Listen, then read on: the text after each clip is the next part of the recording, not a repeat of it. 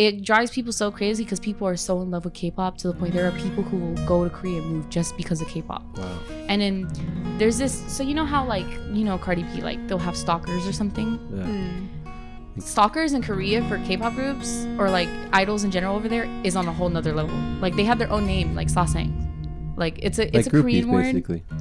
Basically, yeah, but like these people, like there's been cases where someone has sent a letter to their favorite idol in their own period blood. Like what? Yes, that's true. Look it up. That's pretty unhealthy. Okay, I don't know his name. Taeyoung from 2 p.m. Look him up. It happened to him. And there are cases PM where stands for premenstrual. 2 p.m. is the group. In that letter, it stands for premenstrual. Right? And then there's been cases where someone has rented out a van that looks very similar to the group's van because they all ride together and live together and stuff. Freaking kidnap you or something. Yeah, that actually happened before to the K-pop group EXO.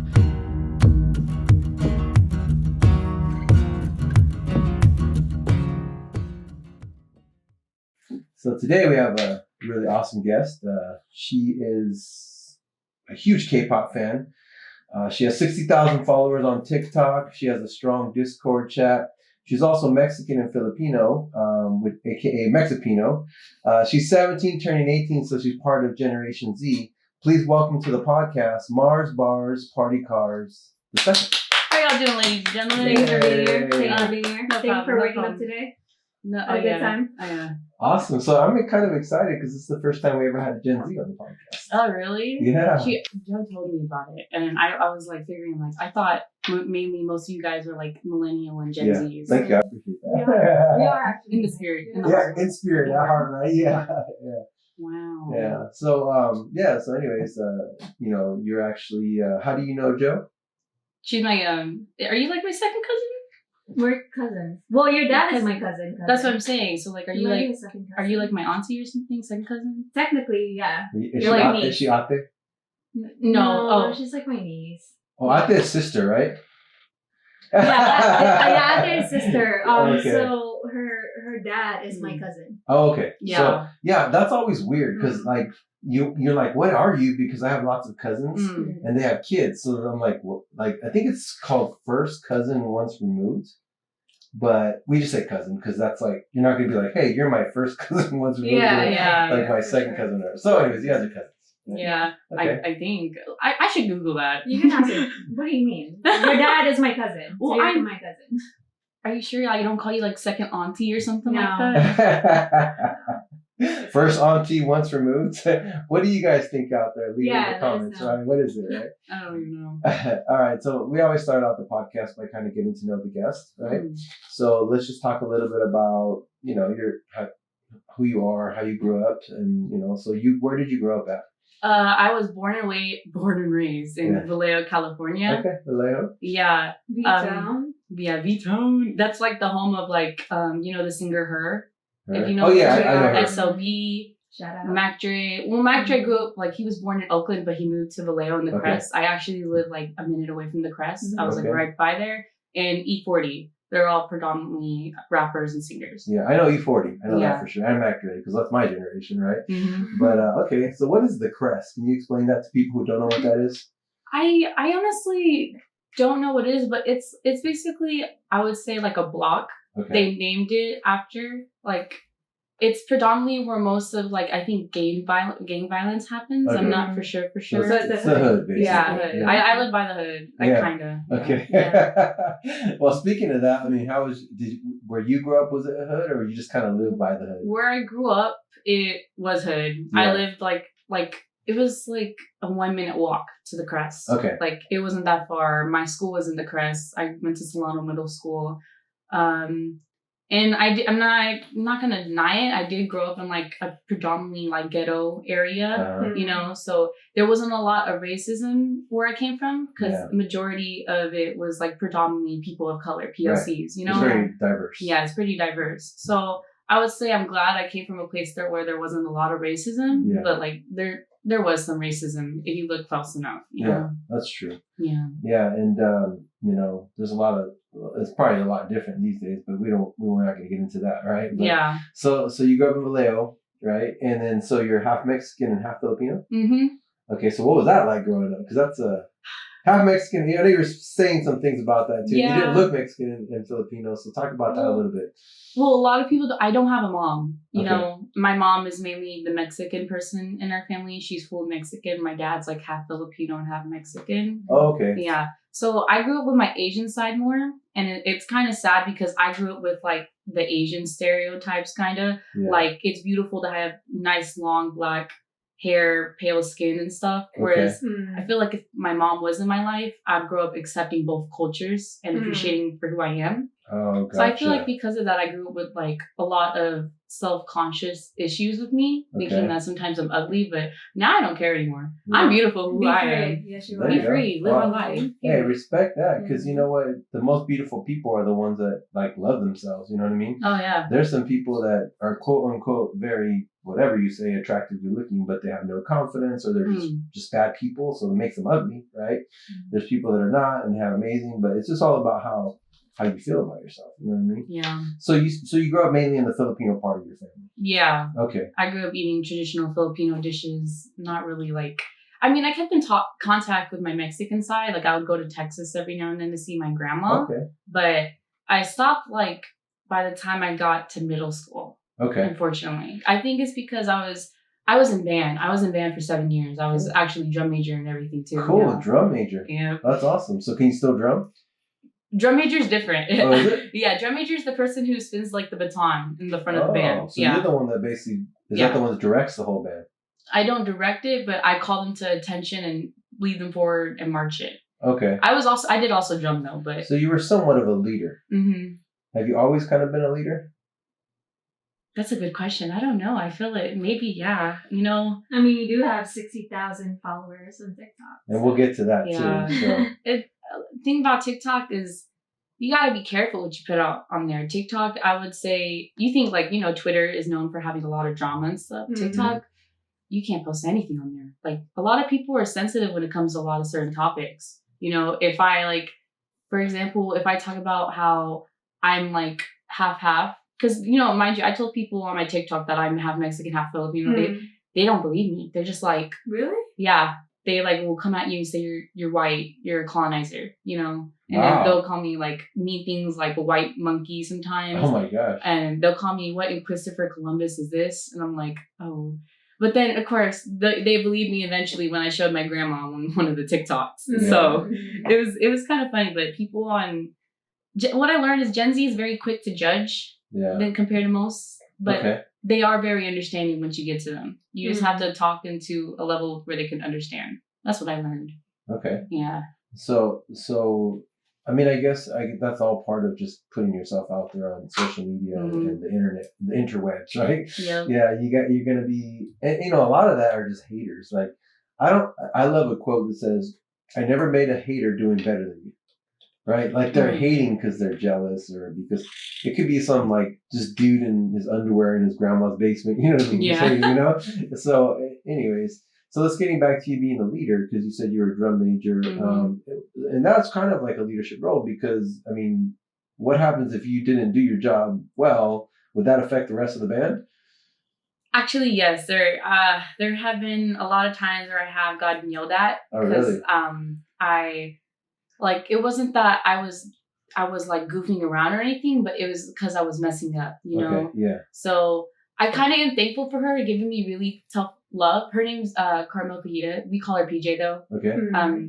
She's been in the band for like more than 30 years or something like that. Yeah. She's like a OG. So band's her life, basically. Yeah. She takes it serious. She takes it serious, yes. Like, I'm actually very thankful for her, though I didn't get to finish my last year in band due to COVID and also because I had to leave.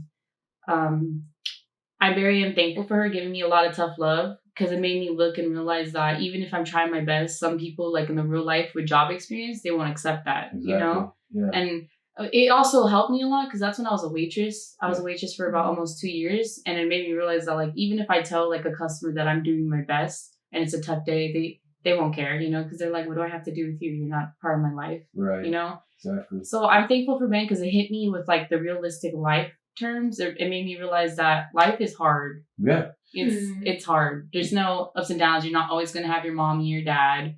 Like, So I'm very thankful. That's why I'm very good on my own handling things wise, you know? Like I bought my own phone and everything and stuff, and I'm about to get my own phone plan now. But, you know, band, it did create some trauma. It did create some trauma. There was a lot of drama, but I'm actually very thankful for it because it made me into a stronger person. Yeah, like they say, what doesn't kill you only makes you stronger. Yeah. And it seems like you had someone that was not only a professional, but she was a leader. You know, like she didn't settle for less, and that's how you get the best out of people. You know what I mean? And sometimes they don't understand it at first. They think it's like, oh, you're just hard on me or whatever. But once time goes by, they realize that the person cared and they just wanted the best out of them. And like you just said, that actually made you be able to deal with life. Like, it's crazy. Like you said, who would have thought that band was going to help you prepare for life? Yeah.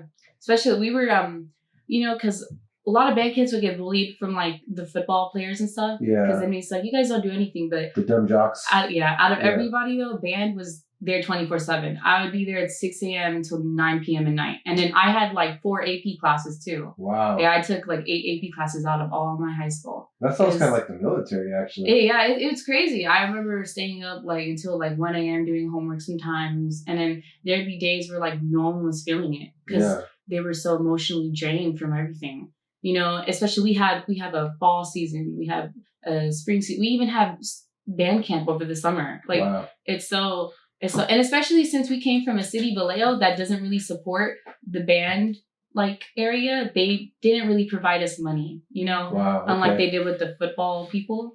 So every time we had it, we always had to do a fundraiser, you know, and there'd be times when my dad was just like, I'm just going to give you money because I'm tired of buying candy. Like, say candy? Yeah, because we would sell like candy, you know, like World's Finest the and chocolate stuff. bars or whatever, So what's the most candy you've ever sold in one fundraising year? Well, each box had like 60. I sold about 3 of them. One before, all in 1 week. Oh, wow. So, yeah, I don't know. Kids have like an obsession with eating during class. Really? I mean, I did too. I would be the one kid in the background just eating on the hot Cheetos. Just like, yeah, what was that again? Not paying attention, but you had your snacks, right? Yeah.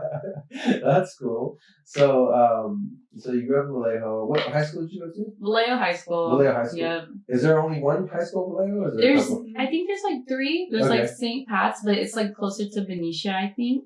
I went to Vallejo High. Okay. Oh, really? For like 2 weeks. Oh, okay. So what happened? You know how that campus is. I could never be in school. I was just too distracted and I wasn't interested. Okay. Yeah. It's okay. And the most successful people are. I mean, that's why I'm here. Yeah, look at my dad. He went to college. He didn't finish. And look at him now. He owns a Ferrari. Yeah. It's crazy. You know, it makes me wonder, like, is college really worth it? Yeah. But of course, based on how I am, I'd be proud of myself to be known as the first person with a college degree in my family. That's right.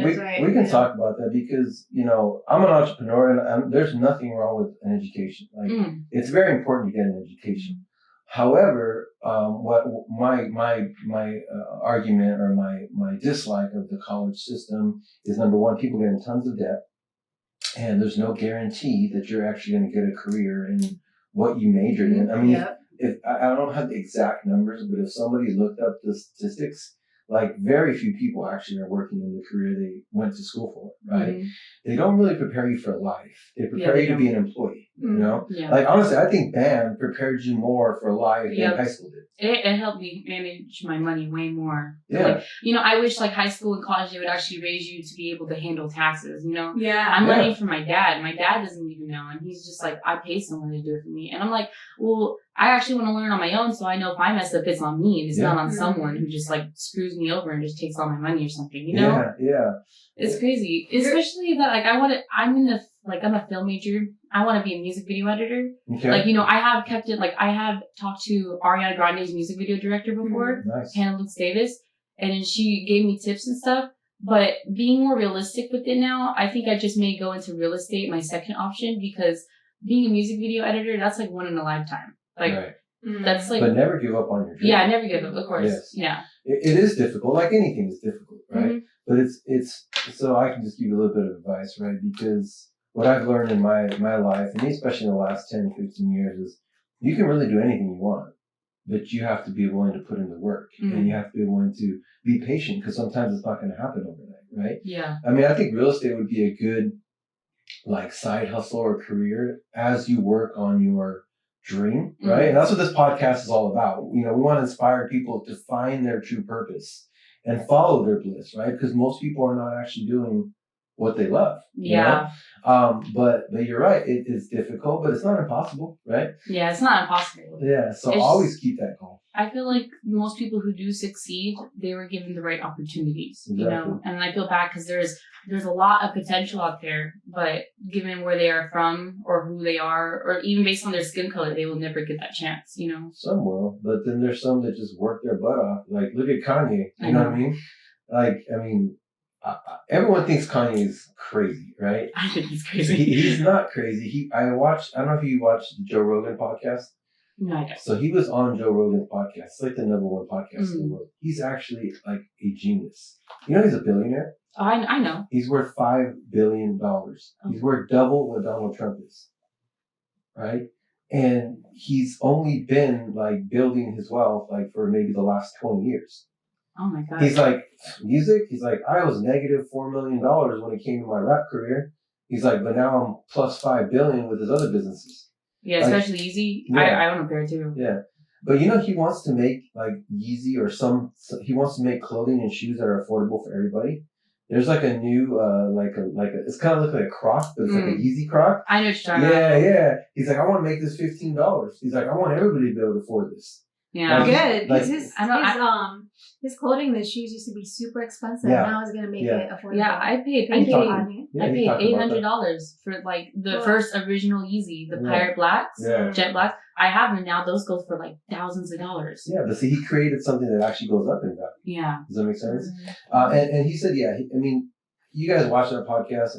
This is not about Kanye. It's about you. But he's a genius and he's not crazy, right? And I don't even know what was I talking about for Kanye, but we were talking about his business. How he's a billionaire. He's way more than Donald Trump. My point is like it doesn't matter where you come from, what your skin color. I mean, it does help in some instances, but it's not the ultimate. It's not like there's people out there that no matter what, they do whatever it takes and they become successful. And Kanye is a great example about that.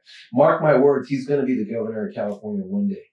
And he will eventually be the president, you know what I mean? And people will think he's crazy. It's a witch hunt after him, right? But anyways, getting back to that, I just want to tell you that it doesn't matter. You can do it. I want you to pursue your dreams, pursue your passions, no matter what. It's possible. But real estate would be a good side, it's not a plan B, but it's just to make money until your real dream takes off. Does that make sense? Yeah. So videographer, where did that come from? I made a lot of edits. Oh yeah? Yeah, I would say because I'm very good at being able to hack things, kind of. I hacked After Effects. Please listen to me. Okay. I don't pay for it. Okay. And then I got a lot of plugins. Like there's this thing called Sapphire plugin, so it can add to your video and stuff. And that plugin's like $2,000. Wow. Yeah. I remember I showed you some of my edits before, haven't I? Some of your videos? Yeah, some of my edits. I haven't showed you my videos. Once, I think. You show me later. I'll show you. Yeah, I mainly just edit on After Effects because it's easier for me. Because Premiere Pro, it's just like, oh my God, what is this? Oh, really? I don't know. To me, it's just so disorganized. I don't know. Okay. I'm just weird like that. Do you think the same type of quality and everything can be done with After Effects as Premiere Pro? Oh, yeah. Yeah? Yeah. Okay. It's just maybe a little bit harder to do certain things, maybe more steps than usual. Okay. I don't know for sure because I never really tried before Premiere Pro, really hard. I only use Premiere Pro if it's just a simple transition. But if I wanted to be a spin, a zoom, a shake or something, I would use After Effects. All right. And so what kind of music videos it was your dream? What would be your dream to be a music video editor? What kind of music videos? Well, now this is when it incorporates K-pop. So okay. K-pop, their music videos, it's like artwork. It's like a masterpiece. Okay. If you ever, I would suggest everybody who's here, go watch BTS Blood, Sweat, and Tears. It's like a whole art museum. Oh, wow. It's wow. And then the editing is so good. I want to try to incorporate that into American music videos, but make it our version, Because over here, it's basic to have a girl dancing with all the guys, money in the air, and then drugs and stuff, The hip hop stuff, yeah. But I want to make it something where it's an actual, because I took AP Lit just for this too, Okay. So I can include certain things that mean things, how a butterfly means peace and love and stuff. I wouldn't include stuff like into music videos. Like it's telling a story, not just a video of like people dancing. You know, that sounds pretty interesting. Yeah. So you would start with K-pop, but you want to incorporate it into all types of American music. Yeah, I wouldn't say I would edit with K-pop people, like only in K-pop. I would say like my goal is to like just edit for like American music, you know? Okay. And then just put in what I partake in, like some music videos. Not necessarily copy them, but like try to put it in a different way to actually tell a story and it unfolds, you know?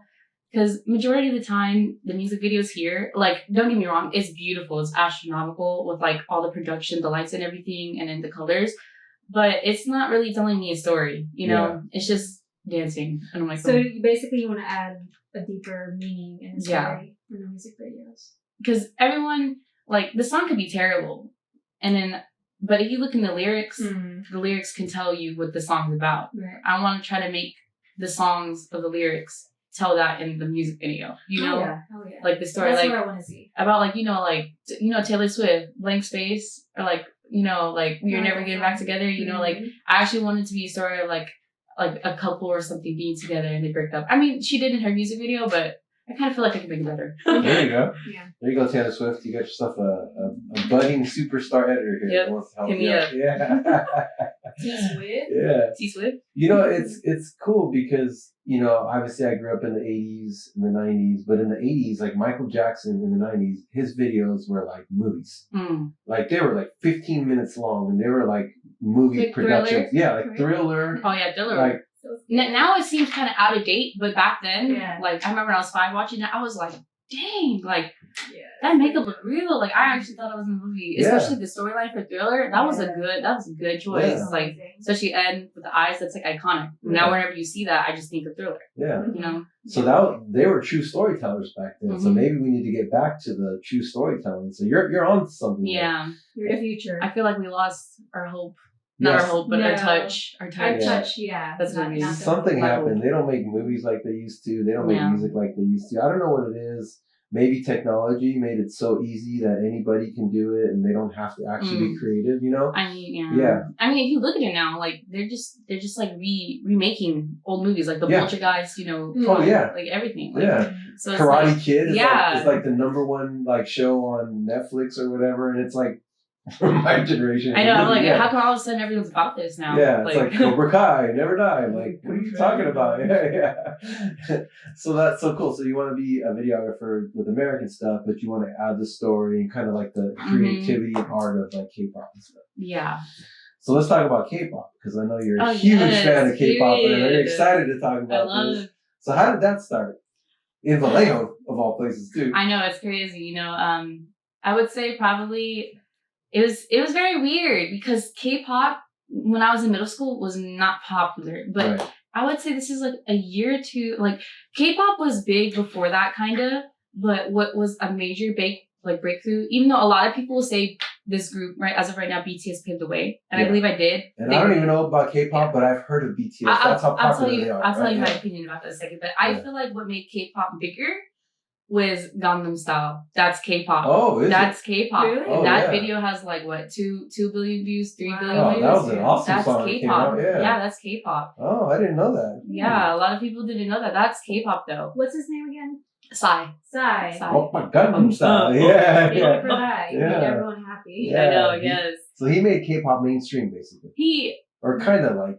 I would say that he opened the realm to a lot of people who got curious and they probably searched up like, what is K-pop, you know? But it didn't really make it as big as I would say BTS did. Okay. I don't necessarily think BTS did pave the way for K-pop to become a global mainstream here, but I think they paved the way for artists that are not just Spanish and American to be able to come in and top charts and beat people. Like BTS tops charts against Cardi B. They beat Ariana Grande. You know, they have the fastest YouTube video in like in one day. You know, it's super crazy. And then especially the fans' dedication, I feel like as if none of this would happen if it wasn't for the fans. Like when it comes to K-pop, each group, their fandom has their own name. Like BTS's, their Korean name is Bangtansoyeondan, which means like Bulletproof Boy Scouts, you know? Oh, wow. So that's why their army, their group's called Army, their fandom's called Army, because Bulletproof Boy Scouts. So the Army, right, yeah. Yeah.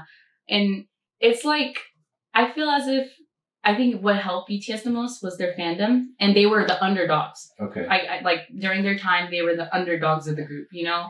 Who was the big dogs during K-pop's rise to stardom? Psy was big for a cool minute. Then once he had to go to his military enlistment, it was Big Bang. Big Bang. Big Bang and EXO. Okay. Yeah. Shout out to G-Dragon. Yeah, he's about to have a comeback. I can't wait. It's the best one. Okay, so now BTS is the number one? BTS is the top dog as of right now. So again, how did you start to like K-pop growing up in Vallejo? Basically, okay, so a year after Gangnam Style came out, or like 2 years after, my friend was telling me about this boy group named EXO. Okay. You know, so she was like, watch this music video. Like, it just came out, and it was called Love Me Right. Yeah. So I watched it, and I was like, this is so, like, aesthetically pleasing. And mind you, I was, like, a little nerdy girl back then. Like, I was into Panic at the Disco, like, 21 Pilots, everything, you know, American Idiot, everything like that. So then when she showed me that, I was like, yo. And they were, like, so good looking to me. I was just like, wow. It, like, questioned me. So then I wasn't into it, I would say, but I knew of it and I listened from time to time.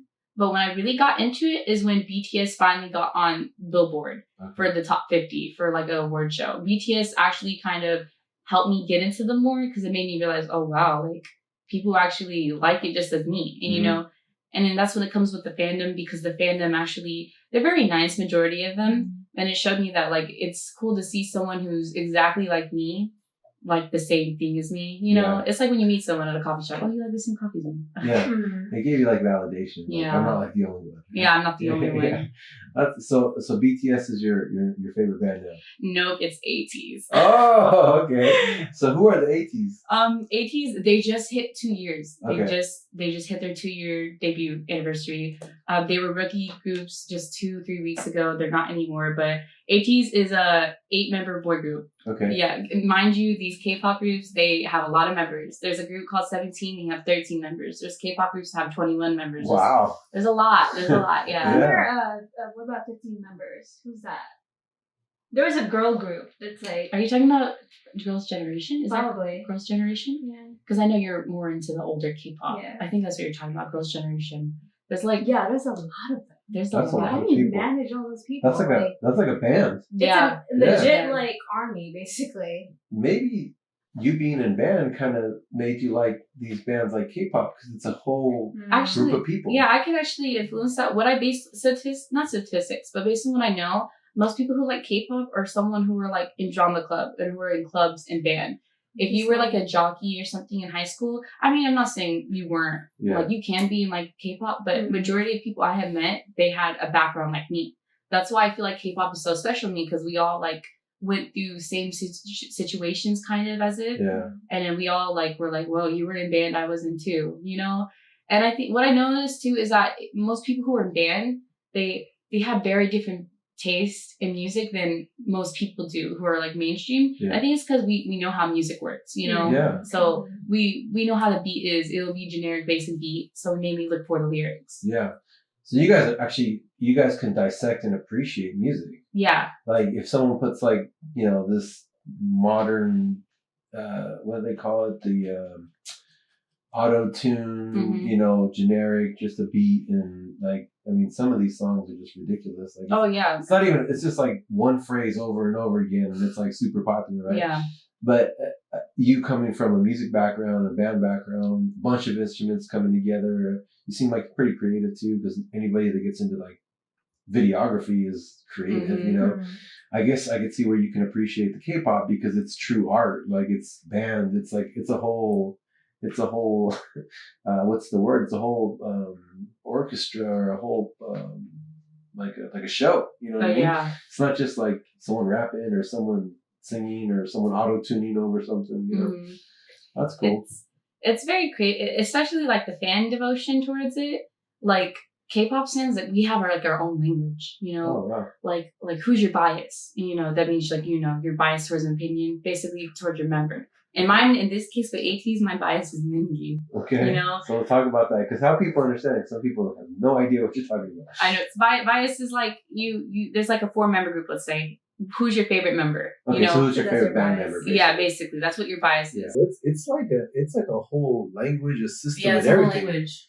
Wow, because like obviously when I was growing up, the boy bands were like New Kids on the Block, NSYNC, Backstreet Boys. Like that was like the boy bands that I grew up with, you know. And then would you say that K-pop is kind of like an extension of boy bands, or is it something completely different? I wouldn't say it's like it's not as different.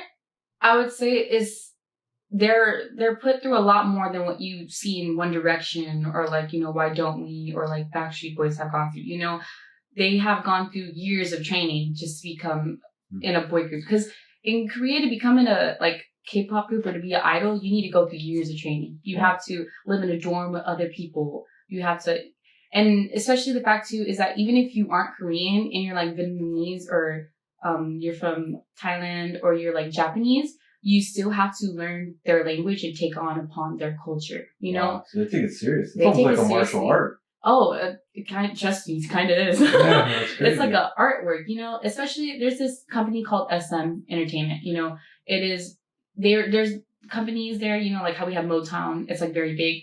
SM is known as like Motown over there, the biggest of the biggest. You know, well, not as big as Big Hit anymore because BTS has been reeling in that money.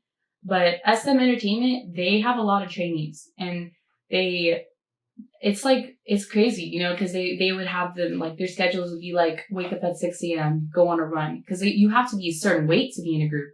You can't just be, like, any size, you know, like how Lizzo is. Even though I appreciate, yes, love your body. But it's crazy because you have to fit their ideal type. Some idols is basically the person in the group, you know, famous person.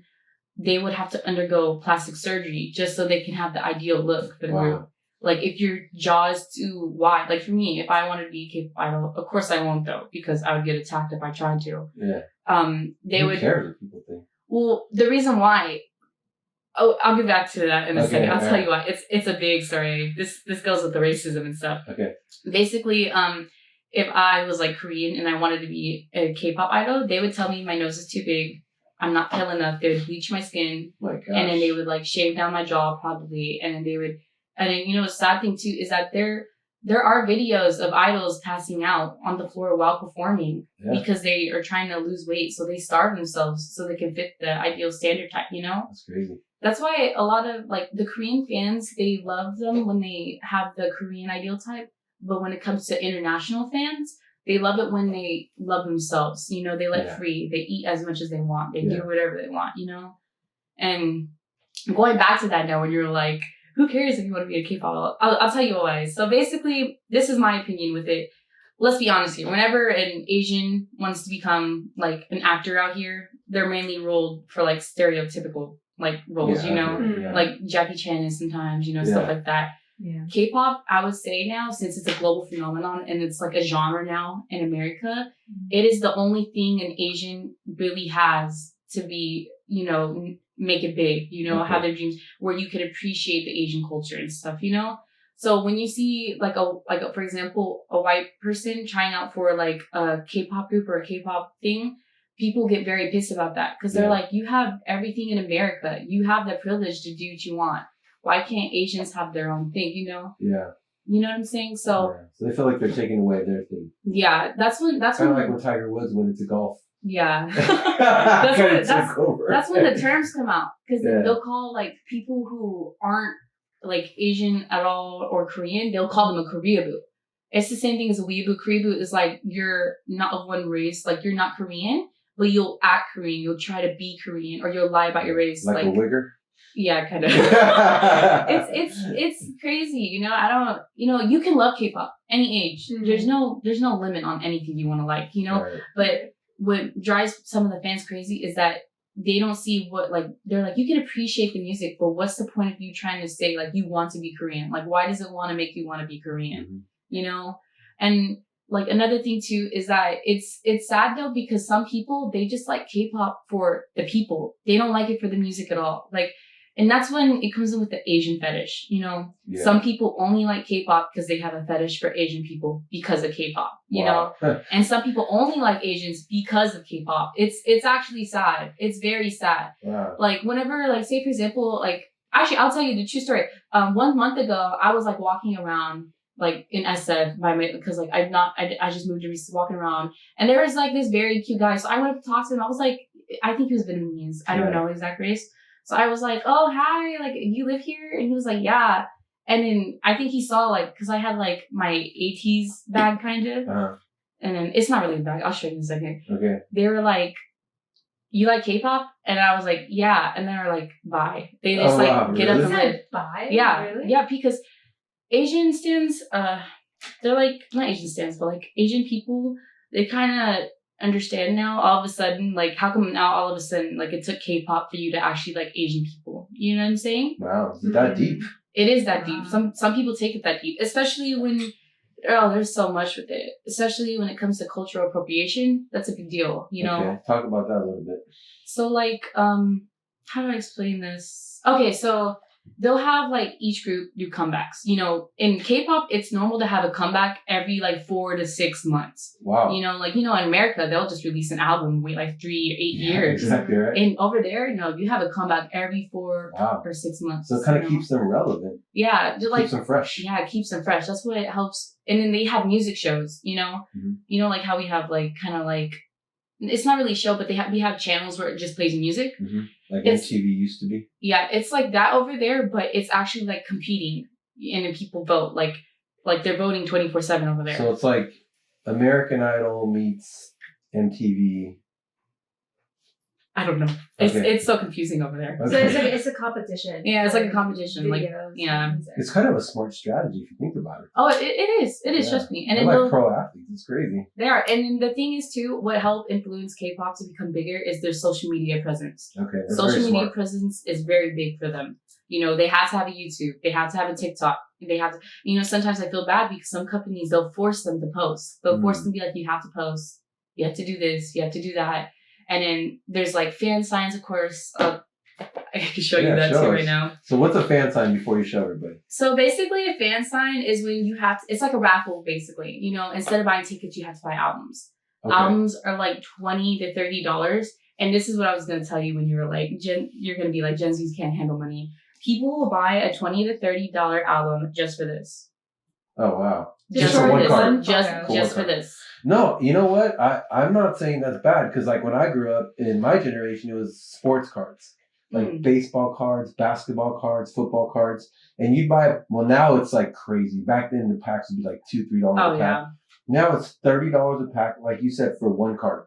And the rest of the cards are just a waste. Yeah, actually, like sometimes too, this is why they're also good with their business strategy, because you don't get a card of every member. It's random. You don't know who you're getting. Yeah. So when it's not their member, there will be people who'll just buy the album over and over until they get their favorite person. So an album is like a pack of cards plus the music? Yeah, actually, you can look at it. I brought an extra one just for you to look at. Okay, we can show it to everybody. You can look at this. You can look at the signed one. All right. Oh, look at this. So this is an album. That's an album. You'll be surprised at what's in it. Wow, look at this. It comes like in plastic, and it comes with its own little booklet. So what's this booklet right here? It's photos. Photos. They have concept photos. Oh wow! So it's like photos of people. I think I can see that. There's Yeo-sang. Who's Yeo-sang? Yeo-sang. Okay. Who's Yeo-sang? He's like basically. People say he's the underappreciated member in ATEEZ because he doesn't have a lot of lines, but I would say he's one of the favorites. Okay. Oh, and here's the actual. They look like supermodels, you guys. Yeah. Oh, they are. I mean, I was gonna say that. Like, I mean, I'm not into like K-pop, but he's a pretty good-looking dude. You know what I mean? Like, it's not like so they do their homework. You know what I mean? Yeah, they do their homework. Well, actually, just recently for this that video for that album for that comeback, they went underneath the scandal. Because one of the members, Hongjun, the leader, he had cornrows, and that's cultural appropriation. When it comes to K-pop stands, you got to be careful because they will attack. So he violated the protocol.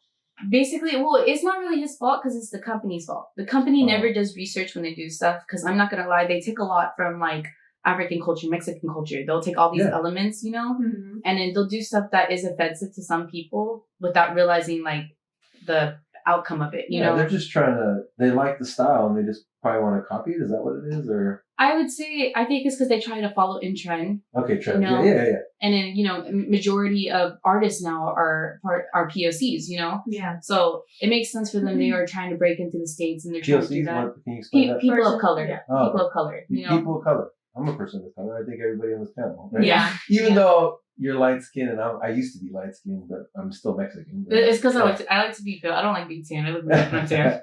But yeah, but going back to it though, like that's because you're a K-pop fan. No, not really. It's because my grandma. My grandma's like, "You're so tan." Really? Your grandmother's Filipino? Yeah. So because I used to want to marry. Yeah.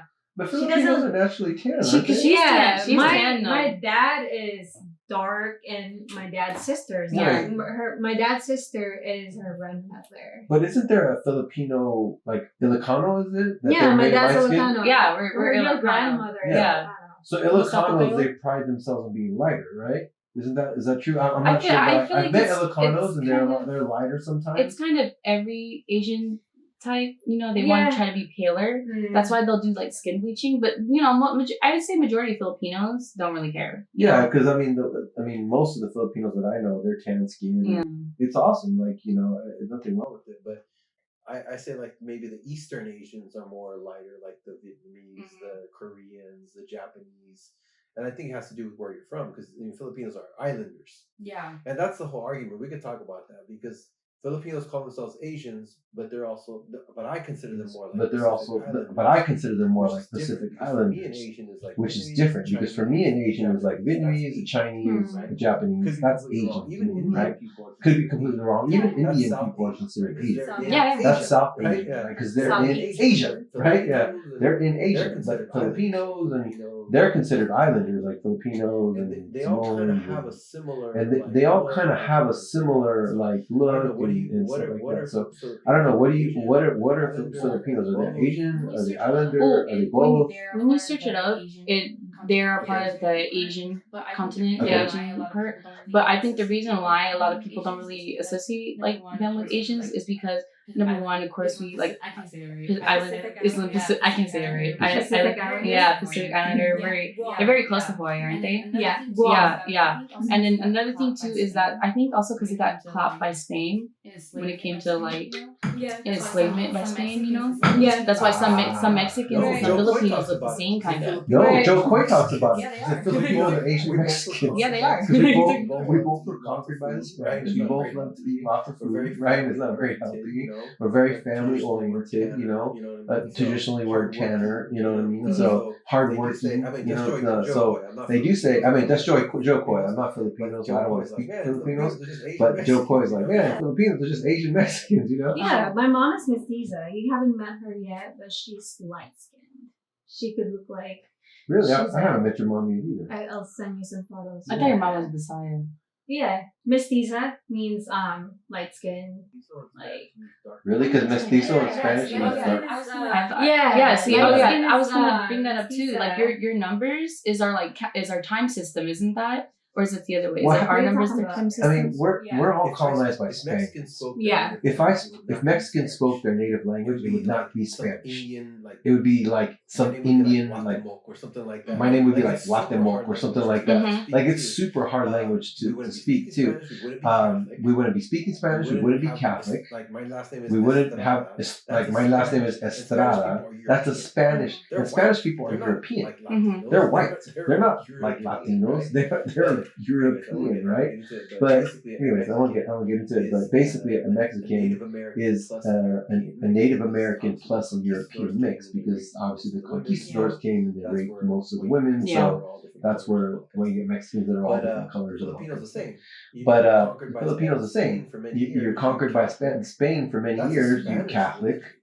That's a Spanish religion. Like that comes from Spain. Yeah. If you go back to the natives of the Philippines, they probably did not they were not Catholic. I don't know what it is, the Aztecs, but the Incas, the Mayas, the Aztecs, the Incas, the Mayas, they weren't Catholics. They worshipped like the sun god and all these different gods and stuff like that. They weren't Catholics. They had different last names. They didn't speak Spanish. My middle name is Perez. Yeah, well, there you go. That's on my mom's side, and my mom's father has some Spanish blood in him. I never met him. And then my grandmother used to pray in Latin every afternoon, every day, because Catholic. But that makes sense. That's just colonization. Like there's parts of Africa where they speak by the French. Yeah. Because they're colonized by the French. Yeah. So you have Africans speaking straight up French.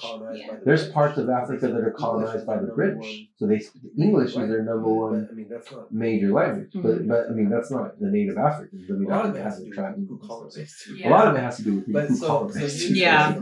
But so you would say that Filipinos are still considered Asians, but they're also islanders too? I would say they're considered Asian, but they mainly their culture is mainly with part of explain it. I don't know how to explain it. Like islanders. Well, I used to consider myself Pacific Islander, like growing up, and until you have to make a choice: is it Asian? Are you Hispanic? Yeah. Other, I'm like, okay, I'm going for Asian. Yeah. And then people would tell me like, oh, we're Asians. Like what? I thought we're Pacific Islanders. Yeah. But we are part of Asia. Yeah. So I think it's both. If you guys know, leave in the comments. What is it? Is it Pacific Islander? Is it Asian? Is it both? I had a confusion for a long time too because I used to put my race as white. Because someone told me your race is white, but your nationality or ethnicity is Hispanic. So I used to put white and Hispanic. But then recently, I was told, no, your race is Native American and your ethnicity is Hispanic Latino. And I was like, oh, that makes more sense. You know what I mean? So for years, I just put, whatever. Like, it's funny because I was born in 1977, right? Back in the 70s, there was no Pacific Islander. And it was black, white, yellow, brown, pretty much, you know what I mean? So on my birth certificate, my mom is Mexican, but she looks very light-skinned, hazel eyes. They put my mom as white. On my birth certificate, it says my mother's white. Yeah, I think they did that with my school. They put me white and Hispanic. Yeah. And then my dad is Mexican, basically. It was like white and brown, basically, right? Yeah. So, but okay. Anyways, if you guys know, leave it in the comments.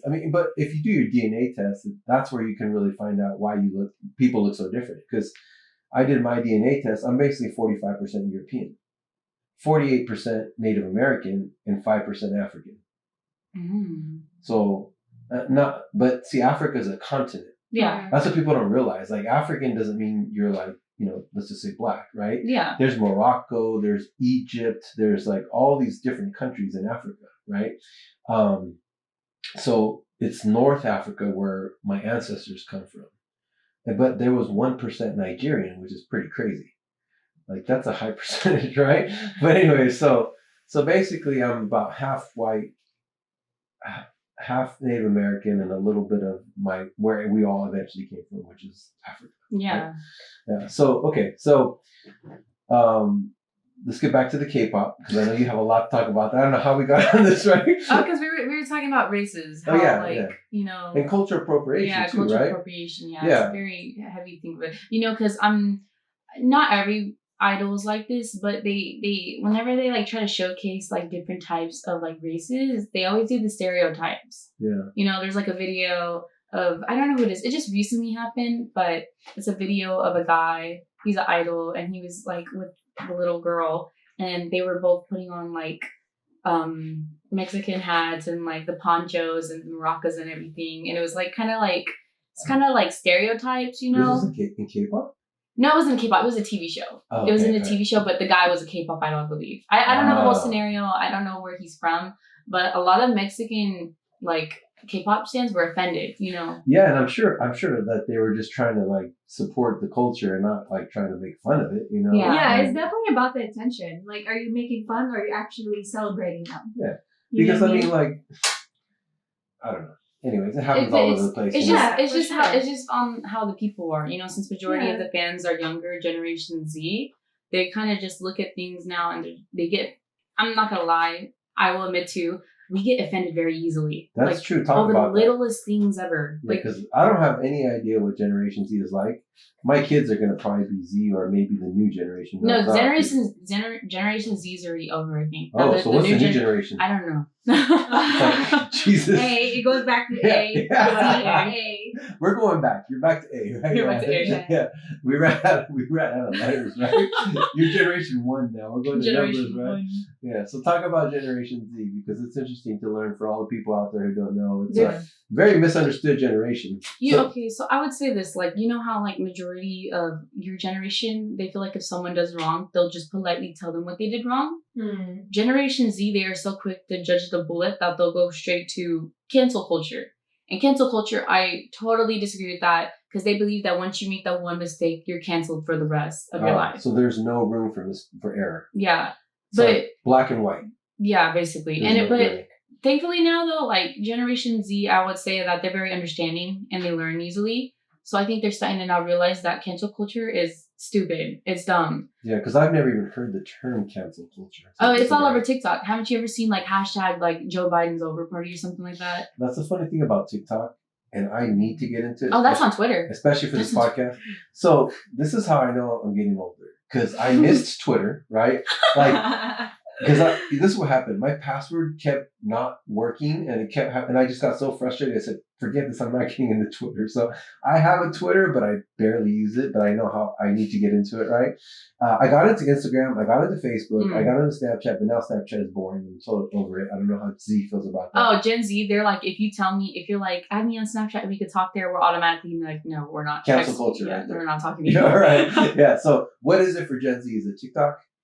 Yeah, I would say it's at first, like for a good moment, it was Twitter, but as of right now, I feel like since TikTok is like a very big hype right now, and TikTok has a lot of drama. Yeah. As of right now, the attention is towards that because Gen Z is drawn towards drama. Like whenever drama, we're the first people to be like, "Spill the tea, sis. What's the tea?" Like But then, what do you mean? What's the tea? It's like Gen Z's talking meme. We do a lot of meme references. So like, what's the 411 or like what's the new gossip about or something like that? What's the tea? But we don't do that though. We just like do like because like how like if you watch can possibly be like what's the stitch For us it's like what's the tea sis and then, as of right now the biggest joke right now is like I ain't never seen no two pretty best friends. It's always one of them that gotta be ugly. Exactly right. It's like the biggest joke as of right now. Like it's everywhere. I can't escape it. Like it's just and they're getting so creative with it.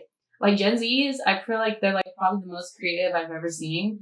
That's a good thing though. I know it is really good, but they gotta use it for good. Yeah, a lot of the thing about Gen Z, we have a lot of dark humor. Yeah, it's kind of sad. It's kind of sad. So dark humor is like memes. It's memes, but it's like with dark stuff. I have a friend. Explain that a little bit. I have a friend, and they make jokes about racism, like kind of like that, But I don't think racism is that big of a deal to Z because you guys probably grew up in the most multicultural of generation. That's probably why you guys tease it so much. That's why I feel like whenever someone is genuinely trying to be like racist, Gen Zs are the quickest ones to call them out. Yeah. That's why we kind of gatekeep TikTok, if you understand what I'm saying. Because, if you think about it, like, your generation is probably the most mixed generation out of them all. Oh, yeah. Like, I mean, Mexican, Filipino. Like, probably maybe 20 years ago, you didn't really see too many Mexican, Filipino. Or, you'll see, like, so many different mixes of people, right?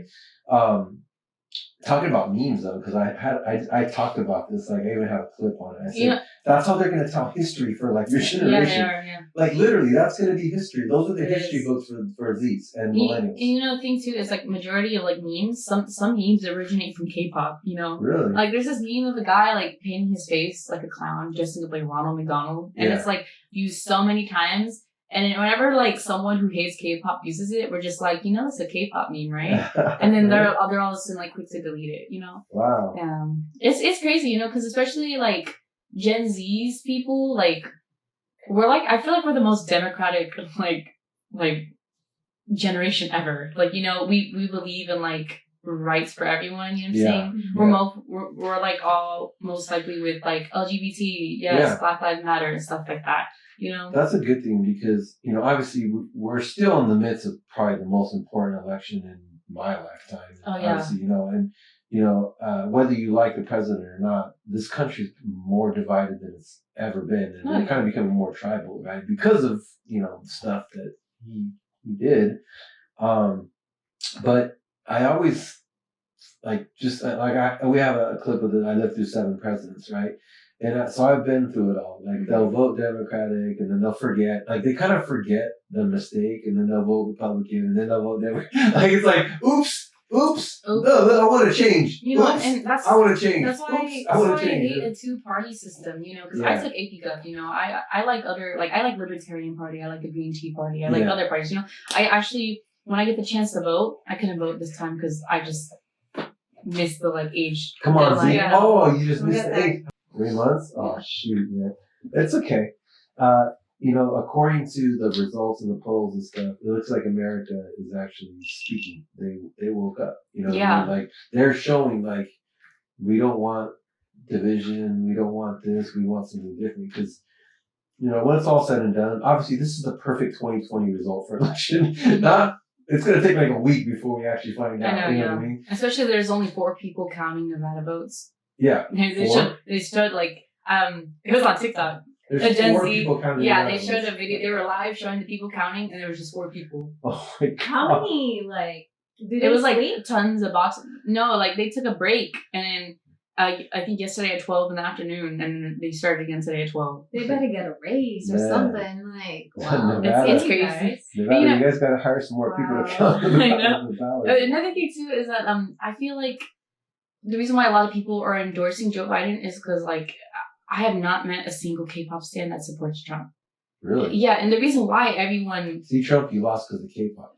Yeah, you know about that, right? How he was having a Trump rally on Juneteenth in Tuska, I don't know where exactly, but basically how you could buy tickets online, you can RSVP them.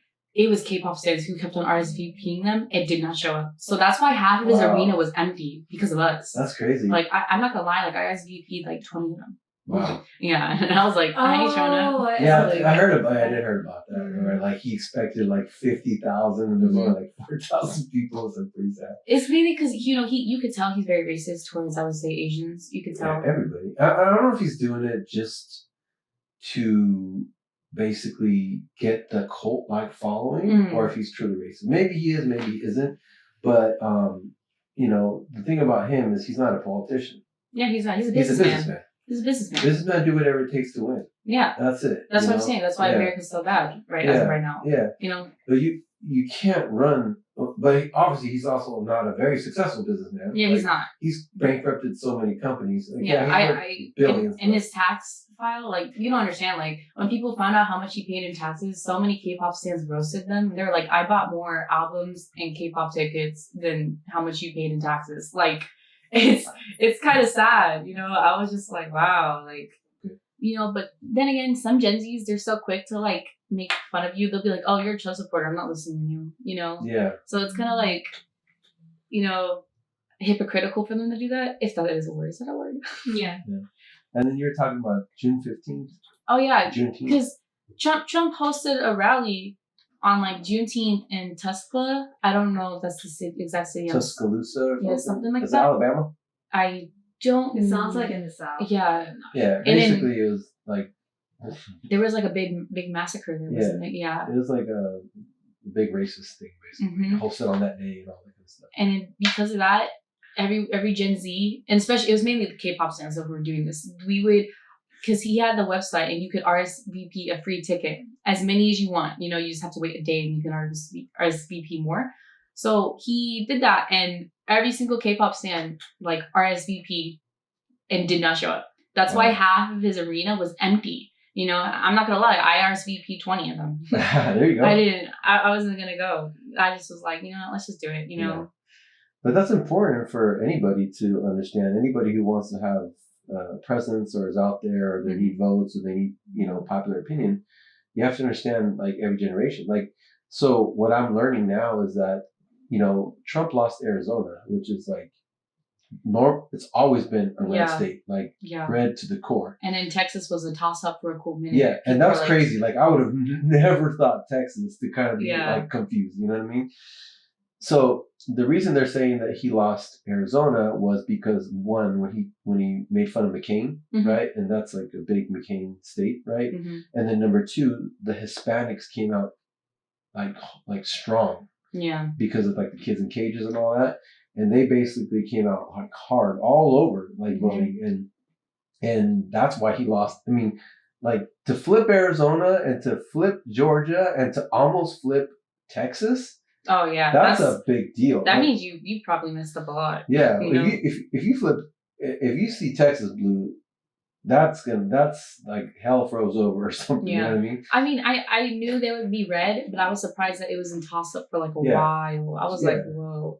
I think another thing too is because voter turnout is usually less than like 50%. Yeah. But this year, like it was so massive. This is why it's taking so long to count votes, and especially during COVID. Oh my God. And it's like head to head, like, like Biden's only leading by like a good 2 million votes, you know? But if I'm going to be honest, I already see it. And I think it is Biden who is going to win, because he just won Pennsylvania and Georgia. Yeah. Well, if he has Pennsylvania and Georgia, it's done. It's a wrap because this electoral college is not the popular vote. Yeah. That's what I'm happy you understand that. Yeah. It's funny. Like some people don't understand that. Like, people think it's popular vote. It's not. It's not. It's sadly it's not. Even though it should be unpopular vote. Yeah, the electoral college system is effed up. Yeah, needs to be fixed. That's why Trump got in. That's why Trump. Yeah. Hillary won the popular vote by 4 million or something. Yeah. But she didn't win because of that. And that doesn't make any sense. How could you be a president of a country where most of the people didn't vote for you? Yeah, and that's what voter suppression comes in. Yeah. That's why people, because they believe that the government doesn't really care for their vote. Because. Way more people voted for Hillary, but their vote didn't matter in the end because it was someone they did not want. Yeah. That's why it's like, also the way you have to vote, it's very confusing. Some states you can't vote if you're a criminal, Yeah. It's or like even like an immigrant on a green card, you can't vote or something like that, That's crazy. And it's kind of cool that you understand this. Oh, yeah. Gen Zs are educated. We're educated. We always do research before we talk. I'm happy about that, Gen Z, because, I don't know, millennials get a really bad rap for some reason. Like, it seems like everyone hated the millennials. They called them lazy. They called them this, entitled, all this kind of stuff. Us Gen Z. And I'm talking to a Zer, and you're like, I can talk to you and like have like the same intelligence conversation as someone that's from like Generation X. So, and I'll let you talk, but I just want to say this because our climate's going to crap. Oh, yeah. If we don't change it, you guys are the one, and your kids are who's going to suffer. That's why everyone's rooting for AOC. We want her to run when she has a chance. We love AOC. Yeah. But then that's the thing people need to understand. They're like, oh, she's going to run in 2024. But I'm like, no, she can't because Biden has to defend the Democratic place. So she can't run unless, of course, Biden.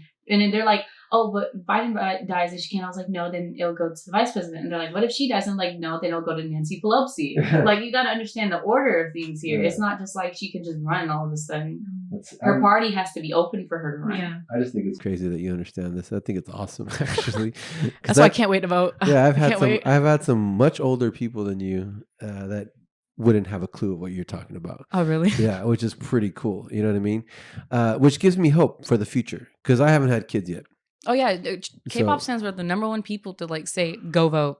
Really? Go vote. Yeah. Okay. All right, K-pop fans, I'm gonna have to get you with guys. Their light sticks and everything. Yeah, I'm gonna have to get you guys as big fans of the Bliss Seekers podcast, so you can help us grow, right? I guess there's a reason why we have you on. Then we go to Korea. Yeah, there you go. Right. But okay, so I just wanted to say that if your whole generation is like you, I feel good about the future because you guys are the one that's going to change it. It's not the people now. Like, Trump and the Republicans, they're kind of like a dying breed. They're boomers. They're in their 50s and 60s and 70s, and they're going to all be dead soon, right? Like, and it's going to be millennials and Z and the next one coming up that you guys need to fix the climate because if not, you're not going to be able to survive on this planet. The planet's not going anywhere, by the way. Yeah, it's not. It's just going to be uninhabitable for humans, right? The country is in like an insane amount of debt. Like I can't even fathom. Like we're almost $30 trillion in debt. Like, and they can fix that if they just decide to cut the budget for the military. Like you don't have to be top dog on everything. Yeah. Like who would try to colonize America now? Like we've been in so many wars. I'm pretty sure they won't do that unless we did something to them first. You gotta be careful though, because China is very powerful. Oh yeah. And Russia is a little weird right now. So, but I agree with you. It's probably not that difficult. Just like climate change is not that difficult. It's just the people who are in power don't believe in that. So that's why they're not making the changes. Yeah. You know what I mean? Like there's a documentary on Netflix called Kiss the Ground, where if you just change the way farming is in this country, the earth will start to fix itself. Oh, didn't we watch that? Yeah.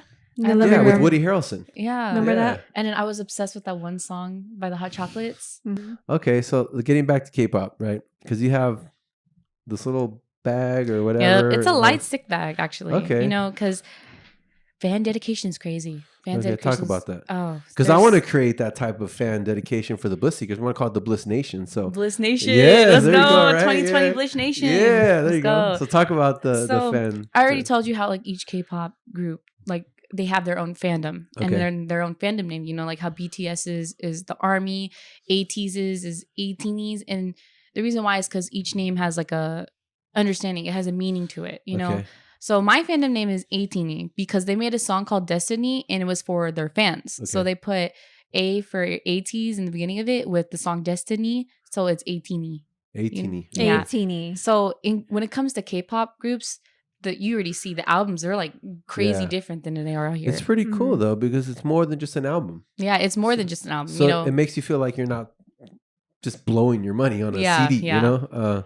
and then they also have like a light stick. So Okay. whenever you go to a concert or you're watching a video like online or something, you would have a light stick and it can connect. Well, it won't turn on because I don't have batteries, Okay. but it will connect to your phone or Bluetooth and change colors to the beat of the song. Oh, that's dope. Do you want to Yeah. turn that on? I don't have batteries. Oh, need better. So, Okay. so you guys That's will cool. know, like every band has their own light and color Yeah. pattern and all that kind of stuff. Like BTS's number one color is purple Okay. because the member Kim Taehyung, he has a thing when he's like, I purple you. Okay. As in like, because his favorite heart was the purple heart. Okay. So it's like the fandom's color, purple. Okay. That's why they're like, you know, they're a K-pop stan when they say like, I purple you. And then it's actually cool too, because like K-pop, it influences people to change how they dress and look. Wow. You know, I never really dressed like this. I used to dress up like a hood rat, you know. Yeah. I would dress up like, you know, the big hoops, Yeah. the hair in the bun. Vallejo. Yeah, Vallejo style. Yeah. Now, like because of K-pop, I'm more like indie and alternative. Yeah. I love it. Like, I just love it. And then, you know, it drives people so crazy because people are so in love with K-pop to the point there are people who will go to Korea and move just because of K-pop. Wow. And then there's this. So you know how like, you know, Cardi B, like they'll have stalkers or something. Yeah. Mm. Stalkers in Korea for K-pop groups or like idols in general over there is on a whole nother level. Like they have their own name, like sasaeng. Like it's a Like a groupies, Korean word. basically. Yeah, but like these people, like there's been cases where someone has sent a letter to their favorite idol in their own period blood. Like What? yes, that's true. That's true. Look it That's up. pretty unhealthy. Okay, I don't know his name. Taehyung from 2 p.m. 2 p.m. Look him up. It happened to him. And there are And cases PM where stands for premenstrual. 2 p.m. is the group. From In that letter, it standed for premenstrual. Right? And then there's been cases where someone has rented out a van that looks very similar to the group's van because Oh you my know they gosh, all ride together yeah. and live together and stuff. Freaking kidnap you or something. Yeah, that actually happened before Oh to my the K-pop God. group EXO. They were scared. That's like crazy. And then this is why like, and then another group is NCT. NCT has it's like a very big group, like group of 24 people now. Uh-huh. 24. Yeah, yeah. Like- I don't know what it really Hey, we stands wouldn't have for. a team like that. I don't know Jesus what it really Christ. stands for, but it's basically like new neo technology, something like that. So they believe like you keep on adding new members in the group, you know. Yeah. So like if It's like one the Bliss Seekers. Do You're they have gonna a get bigger and maximum? bigger, right? no, Yeah. I don't think so, but they add them like little by little, Little by you know. little. So like for example, if like the first like unit group in there has to go into the military, they already have people who can still because they have different units. They have like NCT as a whole. They have Wavy, NCT NCT 127, NCT Dream. They have like different units within it. It's pretty cool, but it's so confusing. This is why I'm not an NCT. I'm sorry, Neo Cities, and I don't know your guys' fandom name. I'm sorry. Yeah. So NCT is pretty big and Yeah. pretty what's the word? It's intricate. You're very intricate. Yeah. It's very hard to. I give you props because you know each group has their own fan chant. Yeah. You know, like BTS's would be like Kim Namjoon, Kim Seokjin, and you would sing it to them during the Yeah. song, and then you would sing along with the lyrics. Like there's fan chants for every single song. You know, NCT you got to know all 24 names. Like My That's crazy. gosh. I could never. Like, that's why. You're like, hold on. And Yeah, because like, you know, especially how they say like their name could be like Henry or something like that. But over there, you gotta if there's like K-pop idol, you pronounce it differently. Like you'd be like Henry. Yeah, It's like it's Korean. so weird. And you know, there's a lot. Like Korean. Yeah, look. You know, there's a lot of like American K-pop idols too that are Korean. Really? Yeah, a lot of them are from NCT, especially GOT7. I believe GOT7, in my opinion, is probably the most diverse group. So idols are like the most popular person in the group. I know idols isn't. Idols is just basically anyone who's famous in Korea from like a K-pop group or like from like acting. So that's they're an idol. They're OGs basically. Like, I don't know how to explain it. Like, you know how you would look at like someone and be like, "Oh, you're an artist." You don't really say you're that. an You just be idol. like, "You're an idol." Oh, Like that. Oh, Okay, like you're so it's like a name for artists. Yeah. You're a videographer. Oh, you're an idol Oh, for okay. for an artist. Yeah. Kind of like that. I don't know. I think it's only if you're famous. Okay. I don't know the whole thing. So we'll all Okay. be idols of the Idol. Bliss Seekers eventually. Yeah, hopefully. Yeah. Praise. No, we will be. You We will will be. be. You will be. 250 BTS million Army. subscribers and #1 podcast in the world. BTS Army, help us out. Yeah. Army, K-pop, Korea. Check We're us gonna out, have the please. Bliss Nation, and we need the BTS Army to help us out. I So, love Korean food. Yeah, Oh my god. Yeah. Tell Me me too. about it. Bulgogi. I used to before I went plant based. But so they good. should have plant-based Korean They do. food. I'm They sure do. they do. I'm Yeah. pretty sure they do. It's just probably Mhm. hard to find it because you know in Korea the culture it like they're obsessed with meat. Yeah, They're it's the obsessed with Korean meat. barbecue. Korean Yeah. barbecue. Yeah, because beef in Korean is gogi. I think that's how you say it. Yeah. Like Is it bulgogi or is that like the no, bowl? bulgogi is like a different type. Like it's a different Okay. type of meat. But like general, that's why it has a gi at the end, like gogi, something like that. Yeah. It's like meat. Like people are obsessed with meat. Like they can just eat meat and no sides. Wow. Like No it's crazy. rice? Yeah, no rice or anything. What? AT's done it before. I saw them. They have like a thing Love called rice. AT's Fever Road Mm. and stuff. And it was like a video of them like they did eat ramen and stuff, but they did not eat the vegetables they picked out with it. So I was just like, what was the point? Hey, well, more power to them, right? I So, from what I'm hearing, it seems like you became a very big fan of K-pop because it reminded you of when you were in band about good music. mhm. You felt like you fit in because everyone that's kind of like a K-pop fan is kind of similar to you. Yeah. You know what I mean? They have amazing marketing. And we all have the same jokes. Yeah. Like we all think alike with the jokes, you know. Yeah. Okay.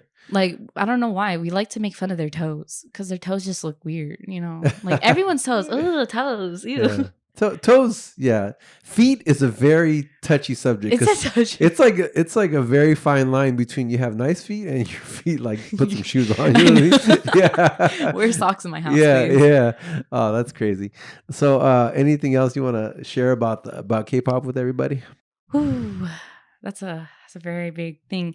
Basically, you know, majority of people over here in America, they're multi-group. You know, they stand multiple groups. They ult multiple groups. But then in Korea, it's mainly like go one or go home. You know, Okay. they mainly just like one group. Based on what I've seen, I don't speak on behalf of everyone. You know, but it's crazy because the fan dedication is real. Like, even though me personally, I would vote for like who deserves Song of the Year and stuff. Because in Korea award shows, you get to vote for who you believe deserves it. Okay. You know, but it can be seem kind of unfair when the fandom's already big and you already know they're gonna win. You know, Because they have the most fans. yeah, that's what like BTS as of right now. Their fandom is so big, no matter what, they'll win Okay. because their fandom will always vote. That kind of but- sucks for the other groups. Yeah. It kind of does, and I can see why. But BTS has paved the way, and I can understand, and I believe they do deserve some things. Yeah. But sometimes I feel like maybe they deserve something else. You know, like Yeah. I don't have a problem for who you vote for. You know, because I know deep in my heart, a award does not make you who you are. Right. You know, and that's why a lot of K-pop fans, they think award shows out here are racist, and I'm not gonna lie, I kind of agree with that. You know, Yeah. because given what BTS has done, topped Billboard Hot 100 2 times in a week. Like not a week, like 2 times in a row each week with a different song. You know, Wow. first Savage A Love, then different song? Dynamite. Yeah, Wow.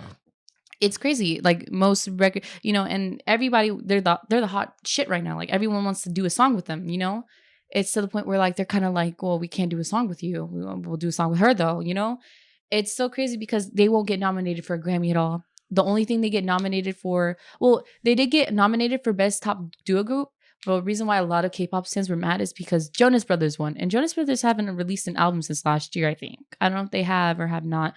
So it's kind of crazy because given what BTS has done, people are like, why won't you let them win besides top social 50 Besides charts. You Jonas know, Brothers just being American and yeah, Caucasian, basically. yeah. Yeah. And then another thing too is that when it comes to K-pop idols going to like Billboard or Grammys or something, a lot of K-pop fans notice that they use them for views. They will not show them at all until the end of the whole thing. You So know, they just use the fans for basically promotion, but then Mhm. they don't give the artists and stuff credit. Or- yeah, basically. Do you know how many K-pop fans there is worldwide? I just know, and well, I know BTS probably has what, like 40 million followers. Okay. BTS a lot.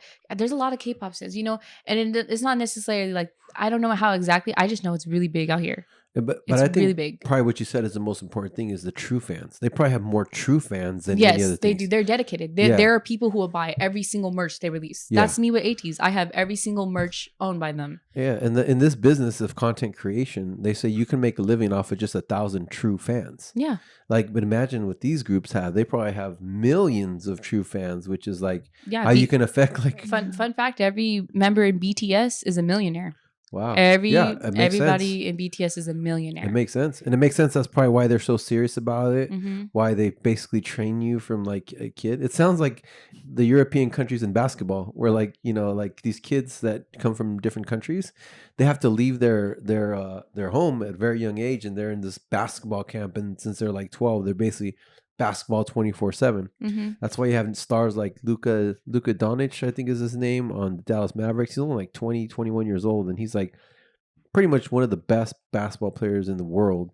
But he's been playing basketball since like trained like kind of like BTS. Oh, or yeah. like K-pop. I'm sorry. Yeah.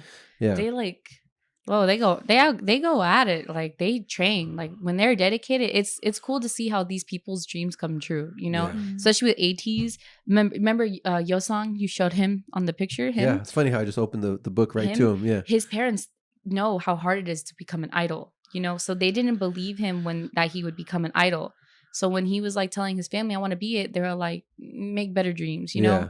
And Like, it's go be an cool. It's accountant. crazy to see how his dreams came true. Here, I'll show you guys what he signed for me. He signed my name. And- Oh, that's awesome. yeah, Look at that. So his signature. When you ordered it, he signed it. yeah, during When the you order? FaceTime call. Oh, when I the made FaceTime call, when I got that's into right. their fan call, they would look at you, Mm. talk to you, sign it. You know. Was I home that day when you did that? Yeah, you were sleeping. I Oh, was I think surprised how you so. didn't wake up. Like I was crying and screaming out loud. Like, I don't know how you didn't. Like I was She's like, right next door to me. Yeah, I didn't hear all that. you I know? knew it was happening. you told me but- something earlier how you invested like $3,000 Oh, or something. yep. I invested almost $3,000 into a fan sign, Wow. and I got in. Thankfully, Is that what that one was right there? originally I'm counting all the money in total. This was the only fan sign I ever got into, Really? and it's funny too because the first one I bought 12 albums. That's about like what $300 or something right there. Okay. Second one I bought 40. That's like another like 700 right 40 there. albums. Did not get in. Have you listened to all the albums? Or you just... Yes, I have. Okay. Okay. No, the fun thing too, another reason why they're so good at marketing is because they have different versions. They're all the same Man, songs. This is like genius marketing. but different to be versions. honest. Like Yeah. there's a orange one, there's a purple one, and there's a green one. You know And what? that's why when you put them on the back, they all connect. You know what? We're gonna hire you as the marketing genius for the Bliss Seekers because we want you. I want to just apply this K-pop genius marketing. You're about to say cake pop? Yeah. K-pop. Oh, it's K-pop. crazy. It's Yeah. crazy too. This Yeah. is just genius marketing. Yeah, you know That's- how I told you how some people will buy it just for the photo card? Yeah. Sometimes if they're tired of buying albums and they can't get their photo card, they'll just go online and buy the photo card. And some, especially, remember how I told you about the group NCT? Yeah. Their photo cards go up to like $2,000. That's Like crazy. it's crazy. What's the average age of a K-pop fan? Usually when I first joined it, it was usually like 17, 16, 15. But now there's a lot of younger stands now. So I would say probably like 9 to like any age. And they're There's like no spending- age range, if I'm being honest. Like when I went to the BTS concert in the Oakland Arena, Yeah. there was like a 42-year-old woman sitting next to my dad. Oh my god. Yeah, she stole my shirt. If you're You're watching not- this, you stole my shirt and I want Your it back. age. Give her shirt back, right? Yeah. Back to the point though, like she Mm. was like, "Yeah, I love BTS," and my dad was just like, "Oh, really? How old are you? Are you here with your daughter?" And she was like, "No, I'm here for myself." My dad was so shocked. He was so shocked. He was just like, But that's how you know how powerful those bands are. They have Yeah. like, and especially if you Yeah. get them young. "Oh 'Cause if yeah." you get them young, like these New Kids on the Block fans, they're now like in their 40s and 50s, but they're like hardcore fans because you got to. I want it that way. That's Yeah. Backstreet Boys. Oh. Okay. No, I love the Backstreet Boys. That's my I didn't know that. I generation. thought that was instinct. No, New Kids on the Block Backstreet is like. Boys. As Backstreet Boys. I can't even remember what songs they are. It's on the tip of my head, but so yeah. But if you get them young, they're gonna be fans for life, basically, because you're ingrained. Like they remember. It brings them back to when like they were little kids. Like wow, it's so awesome. Well, that's crazy. So they're huge fandom. I mean, from what I've learned so far, it's quality. It's quality art, right? It's quality music. They're being trained since. Young. Little since they're like 5. There's people who've been trained since they were 5. So it's like a professional athlete, basically. Yeah. Because in Korea, it's weird with their fans because they believe that they're very against when an idol gets into a relationship. You know, wow. Whereas international, because they believe like you profit off of us, like like being a heartthrob of us, like being delusional. Right. About so once they get a girlfriend, nobody wants to. They get all mad about it. Yeah. A good example. There's this Her name is Hyuna. She did a remix with Gangnam Style with Psy. When they found out she was dating one of the members from one of the boy groups on her company, Cube Entertainment, they kicked them out of the company like in a second. And then after the boyfriend got kicked out. Not the her. boyfriend and her, they both got kicked out. That's why they're now a part of the Gangnam Style guy's entertainment company. He has an entertainment company now. They're like we love each other. And then the thing is, what I realized, Gen Z stands over here in America, we believe like, why do you care if they're dating? Like it's not like in the first place you were gonna date him. Like, and if you do, like, congrats. But like at the same time, like, these are real people. They have real life. You think they'll be single for you the whole time? But I don't even think it's like they want them to be single. They just want them to have the image of being single. Because, if you're a fan of anybody and like, you think they're single, even though you're right, you probably have like 0.001% chance of actually being with them. Just the fact that that they're with somebody else, you automatically like lose interest or like whatever. That's what I'm saying. It feeds the delusional in us. That's why I'm not gonna like some K-pop stars to be like, man, I wish he was my boyfriend. Because it's the delusionalness. It's like we dream about it, but we know it will never happen. So we come into reality when we see them with another person. We're not surprised. Yeah. I mean, there's probably humongous money. Oh, there is with this industry, and so they take it super, super serious. Like, I mean, and it's probably the people at the top that are making the most money versus the artists and stuff like that. I feel bad for them too, because like given what they gone through from training, because sometimes training's really hard. Some people starve themselves, this and that and stuff, and some people will train almost debut, but then in the end have to go back to training. It's sad what they have to go through after they debut, like nonstop scandals. There will always be people following you, like there are idols where people know where they live. It's scary. Wow. It's really scary. There are videos of people harassing like BTS at the airport. Yeah. That's why everyone's so happy when we see them like on a private airplane. We're like, oh my God, But then like when it comes to like K-pop though, the reason why some people are closeted about admitting about liking it is because people are very racist towards it. And us K-pop fans, we don't understand it because they'll blast like Bad Bunny. And and it's like all in Spanish. And we're like, do you even know what they're saying? They're like, no. But then when it's like me and K-pop, they're like, do you know what they're saying? And I'm like, no, but I could just search up. Like they're like, why you like it then? You like, it's kind of like, it's like xenophobic. So are you saying that someone was like basically hating on you? Oh yeah, I have had that before. I even my own dad, when I first started liking it, he was just like, you don't even know what they're saying. And then like he of course he did the racist ching chong stuff, and then but now all of a sudden he's all about that life. Now he's like, I'm a BTS army man. I don't know why you like 18. Like, wow, they converted your dad. Good job, converted my dad. Eric. That shows how powerful the marketing and stuff is. And actually, they're probably pretty good. They are good, especially their dancing. I think that's why it changes people, because usually there's only like a few people who actually dance. Like Michael Jackson. Sometimes like Mariah Carey dances, Beyonce, but to see 7 guys dance in perfect tune with like props and everything, and the outfits are on point, their own stylists and everything, it's very impressive. Especially the fact that majority of people think a company produces all the music. Like, yes, there are some K-pop groups where like the company makes the music and everything, but some like ATs, BTS, NCT, a lot of like people like idols write their own songs for their own groups, and when it comes to it, it kind of like just makes me be like, why won't people be like that open towards it? And it reminds me, is because there are some toxic people in K-pop. There are people who gatekeep. There are people who will nonstop make fun of you just because you don't like K-pop. And then there are very opinionated. K-pop fans are very opinionated. Or like a cult. Yeah. Do you want to change that about that culture? Yeah, I mean, we already have been. Not everyone's toxic, but And then going back to that too about the fans, like some fans, it's disgusting. How would you feel if like, you know, us as women, we have been like, you know, catcalled, like almost harassed or something like that, you know? It's disgusting how some of these K-pop stands, not half of them, but like a very good amount, like little pinchful, they'd be like, equal rights, don't harass a woman, this and that. But then they'll go ahead and read like a Wattpad smut about their favorite artist, you know? Oh, what? Smut is basically like a book about sex, about your idol. And it's disgusting to me. Like, this is a human being. You stand him for, that's when the Asian fetish comes in. You know, you stand them for the music. You didn't stand them just because they're Asian, you find them hot, you know? Yeah. So there's books about if you go on Wattpad, I remember I've done it before too. I looked. I'm not saying I have read them, but I have looked. And I was just like, let's see what they have on here. Because I always seen, this is when I was new to like kind of like the Wattpad jokes about K-pop idols. So I was like, why are people always making fun about it? And they're like, because you know, like 365 Days, that movie, that's like dead ass a Wattpad book. That's like a Wattpad book with like an idol. That's like all Wattpad is. That was an idol. And then it's kind of disgusting because, you know, K-pop idols have admitted they're like, I don't like how you look at me in a sexual way if I'm an artist. See me as an artist, you know?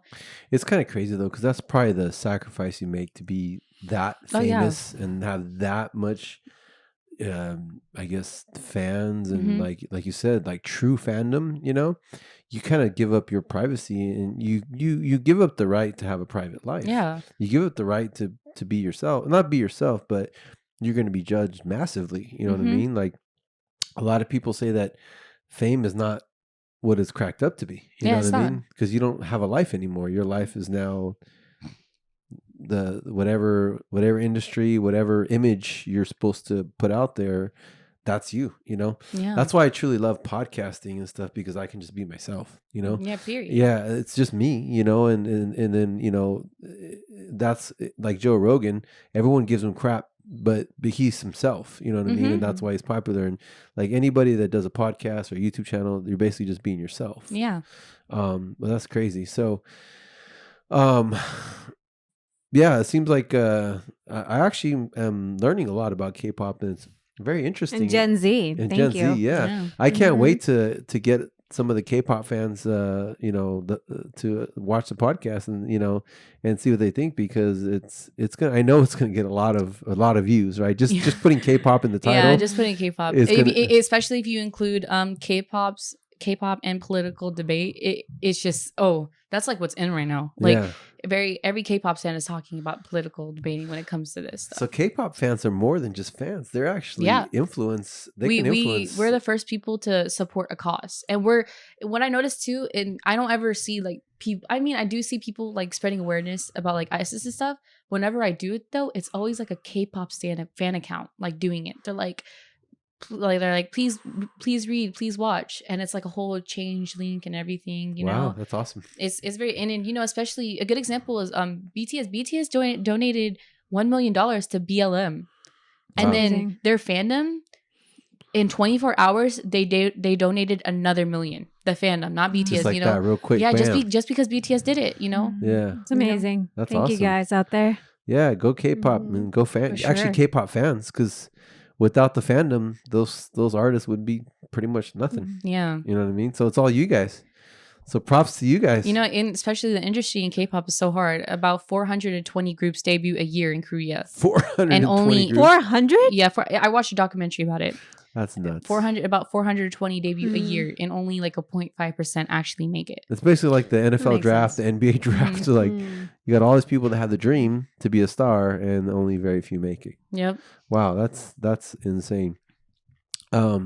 So let's switch gears here, because I know you have a very huge following on TikTok. Oh, yep. I love you guys. I love you, mingisol family. There you go, mingisol You call them family. mingisol. Yeah, I asked my Discord server. I was like, what should we like? Because I don't consider them as my fans. I consider them as my family. You know, because 100%. You know, $60,000, like not dollars, 60,000 followers on TikTok. That's not really anything. You know, even though to someone with like, you know, only 200, that's like, whoa, like that's a lot.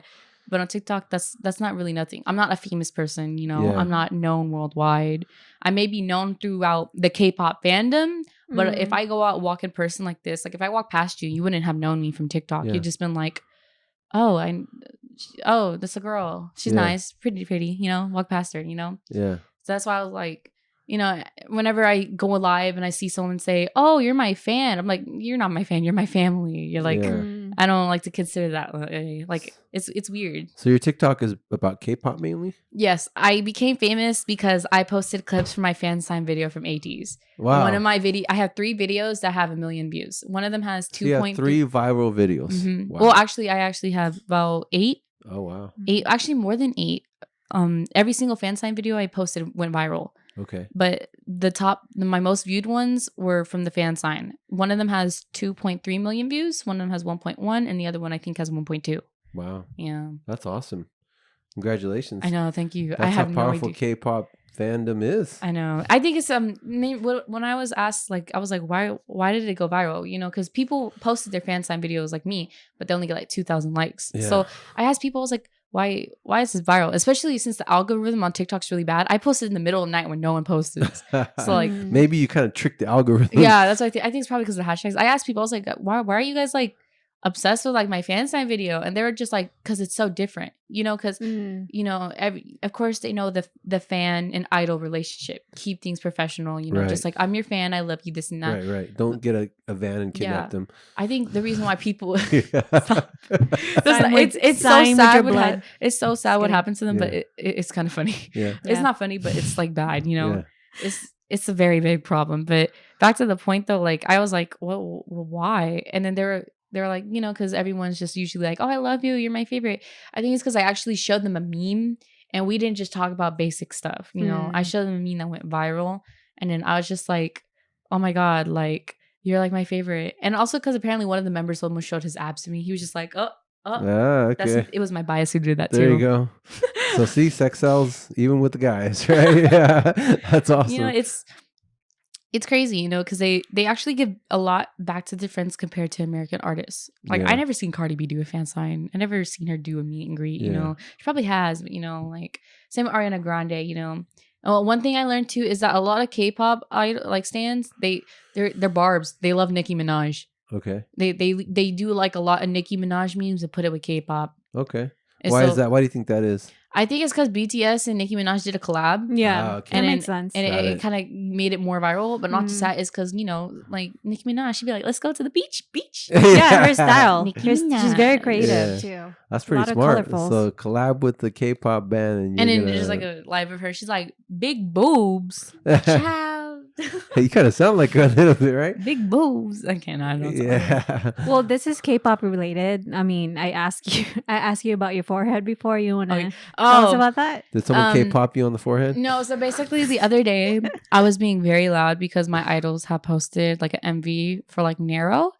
So Okay. basically I was being very loud. Like Nero is like basically cat in Korean, I think. Okay. I was like pumped about it. I was like, they released it because it was ATs. They have Halloween version music videos. Okay. So I was so pumped about it. Smart. And Yeah. she was trying to go to bed. I was so loud. So she had to text me like, be quiet.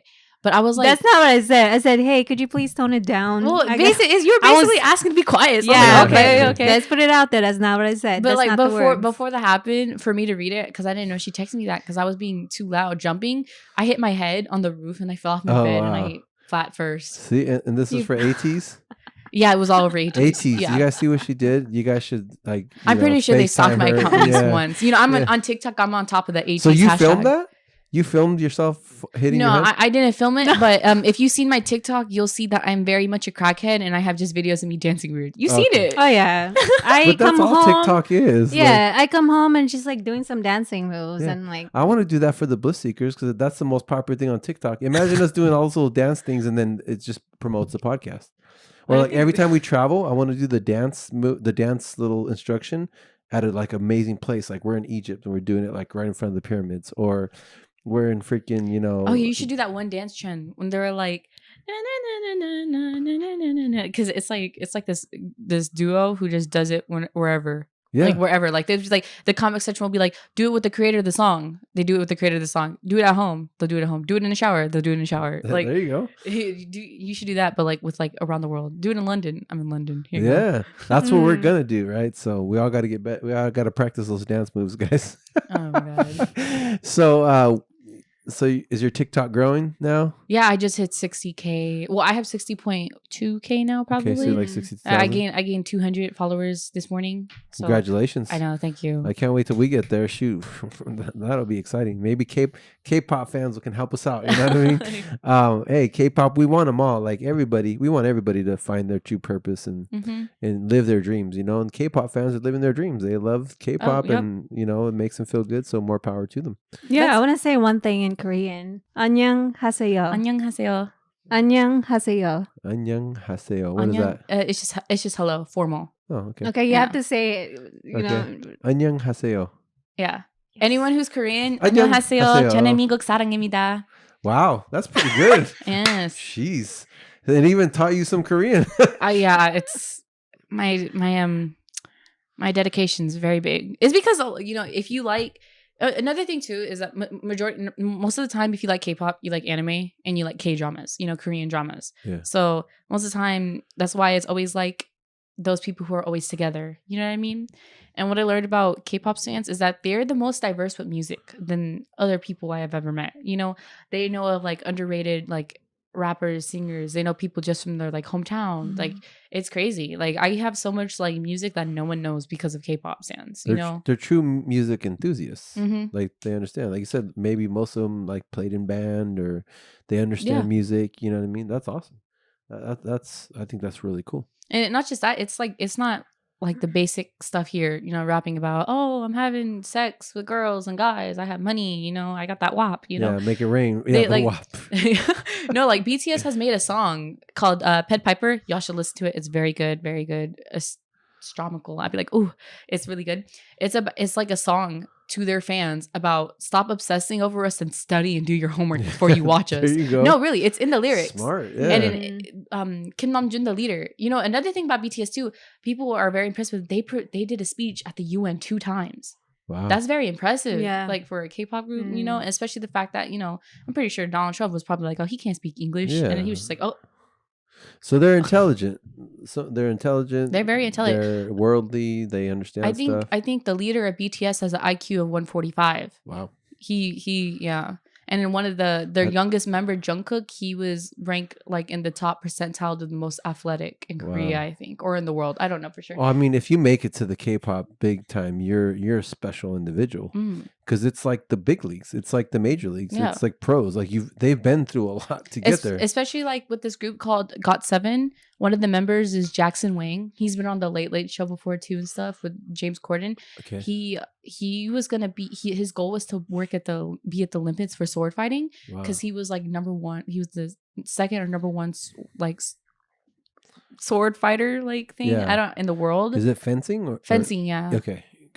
There's a video of him playing with James Corden. He was just beating him up. He was just like, of course, like, score. Of course. You know, Corden's like pudgy. It's like, you know, it's like a good person to fence with, right? Lots of target areas. So, well, that's cool. So, man, I'm glad I learned so much about K-pop because these guys, first of all, guys and women that make it to the groups, they went through a lifelong process basically. Oh, yep. It's a lot. It's hard. You know, it's a lot of sacrifice, and then the fandom, like the marketing behind it, like just is amazing. It reminds me of like cards. Like when I used to collect cards. Well, after like the 90s, the card industry just sucked for kids because the cards became so expensive, you know? Yeah. Like you said, a pack of cards was like $30 for one card, right? Yeah. And that one card's special. It has like holographs or whatever, or it's an autograph or whatever, right? Like this card. Like the other day, I looked at Yeah, show us some of your cards. This card. Which is your favorite? My favorite? And why? Like I have it's a special edition one. Okay, so you only could get it if you try to get into their last pajama themed fan sign. Okay, and it doesn't mean like you had to get into the fan sign, but if you just bought from it, so a you know special what? edition. That's probably what I would look like if I shaved my beard. To be honest, and put my hair down. You know, it's crazy though because if you go on like eBay, yeah, like some of these photo cards are like worth $30. Like, wow, people spend money for them, especially the NCT. I don't know why. Like for a simple Yuta photo card, they be charging them like thousands of dollars. Wow, it's crazy because I'm like I would rather just buy like 3 albums than that. Like, yeah. What's the most photo cards ever gone for? Probably like $5,000. $5,000. Yeah, probably Wow. about $5,000. That's pretty cool. It's still, and it was like bidding too, so it's probably still up now. Yeah, so it's an auction basically. Yeah. And which card was that? I think it was the Yuta or Johnny NCT photo card for Okay. Renaissance Okay. or a Doyoung. I don't know for sure. Yeah. But like I know I've been talking a lot about boy groups though, but I have to say girl groups, they go times 10 than what the boy groups go through. Wow. Because the boy groups, they could be a bit more open with certain things, but girl groups, they had to keep a certain type of stereotype with the group. And they really have to look like a certain look, right? Like, they have to be nice, pale, skinny, long legs, hairless, Yeah. And then it sucks too because when they're on their period, it's hard. It's impressive how they do all these dances when they're on their period, and then people can't notice. Like, yeah, maybe they just wrote a bunch of letters. Right. Good job, ladies. Stop. I'm just kidding. Oh wow, that's I'm just kidding. Those are the fans, not the actual. And then it's sad too because when it comes to the girl groups, they're very sexualized way more than the boy groups are. Yeah, there are clips of people seeing someone trying to record up their skirt. Oh wow. And then it was, I think it happened to this girl group twice. It was this boy, he like had his phone, he looked, it was hecka obvious, but no one noticed it and he got away with it. Like Wow. that's disgusting to me, like. Yeah, and it's all, I guess it's all part of the whole theme of it, you know what I mean? Mm-hmm.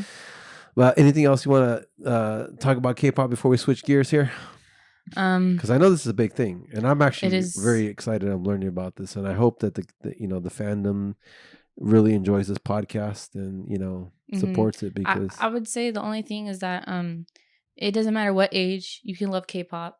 There have been 60-year-olds at concerts before. There have been like 2-year-olds at concerts. It does not matter what your age is. It's just dedication for K-pop is way more harder than it is out here in the States. They are diehard. They will do anything for them. Like if ATs, if someone like came up to me and they're like, ATs or you, pick a life, I would let ATs learn how to kill myself. Oh like I'm not saying I would, but like I would be like, it's that you're that much of a fan. Yeah, like dedication. You would think about it. You know what I mean? Yeah. And that's why I feel like these idols are so grateful. Because of their fans. Because they have almost everything taken away from them. Their social life, their private life, and everything, all just so their dreams can come true. Yeah. Kind of sounds like Michael Jackson. Because he was one of the greatest pop singers ever, but he had no life ever since he was a little kid. Oh yeah. Basically, his whole life was music and singing and dancing. He got a little weird at the end, but he basically, his whole life was that, and his father basically, used all of his kids, or whatever you want to call it, promoted all of his kids to the Jackson 5. I kind of feel like that's what happened with Selena. Yeah, because like that, she wouldn't have been like that if her dad wasn't like, "You're doing a band. You're doing a band." There you go, right? Hello, Selena. Baila esa cumba. Hey, the Mexican side of you is coming out. I know. Finally. Right, there you go, right? She is half Mexican, so there's 70%. 70%. Who are your favorite Latin artists? I don't have a lot. Not a lot. I'm really indie. I'm not like I'm not someone who listens to K-pop 24/7. Like, mind you, just because someone likes K-pop, they don't listen to that 24/7 or every single day. Right. Majority of them are like, I have to be in a certain mood to listen to it. Right. And then for me, it's like I'll listen to it like at least one song a day, or whenever I go live, I'll do a dance to it because my followers love it when I dance weird for some reason. That's cool. Did you ever get Joe to do a dance with you? No, I'm not doing that. Come on, Joe. You got to do it for the Bliss Seekers. The Bliss Seekers, come on, man. Yeah, you can promote us. And it's crazy too, because just because of K-pop, I had people reach out to me for like an influencer job. Yeah. Like I have this company called Sarang Hello from SF that has a K-pop shop. They just DM'd me and they were like, "Hey, can you come to our TikTok shop and not TikTok shop, our shop and do like a TikTok promo for us? We'll give you a code and everything." And I was just like, "Oh, yeah, wow, that's crazy." We're gonna have you here for our social media and marketing expert. I want the marketing for Bliss Seekers to be like the K-pop marketers. I want to have that much fandom for this podcast. It will eventually.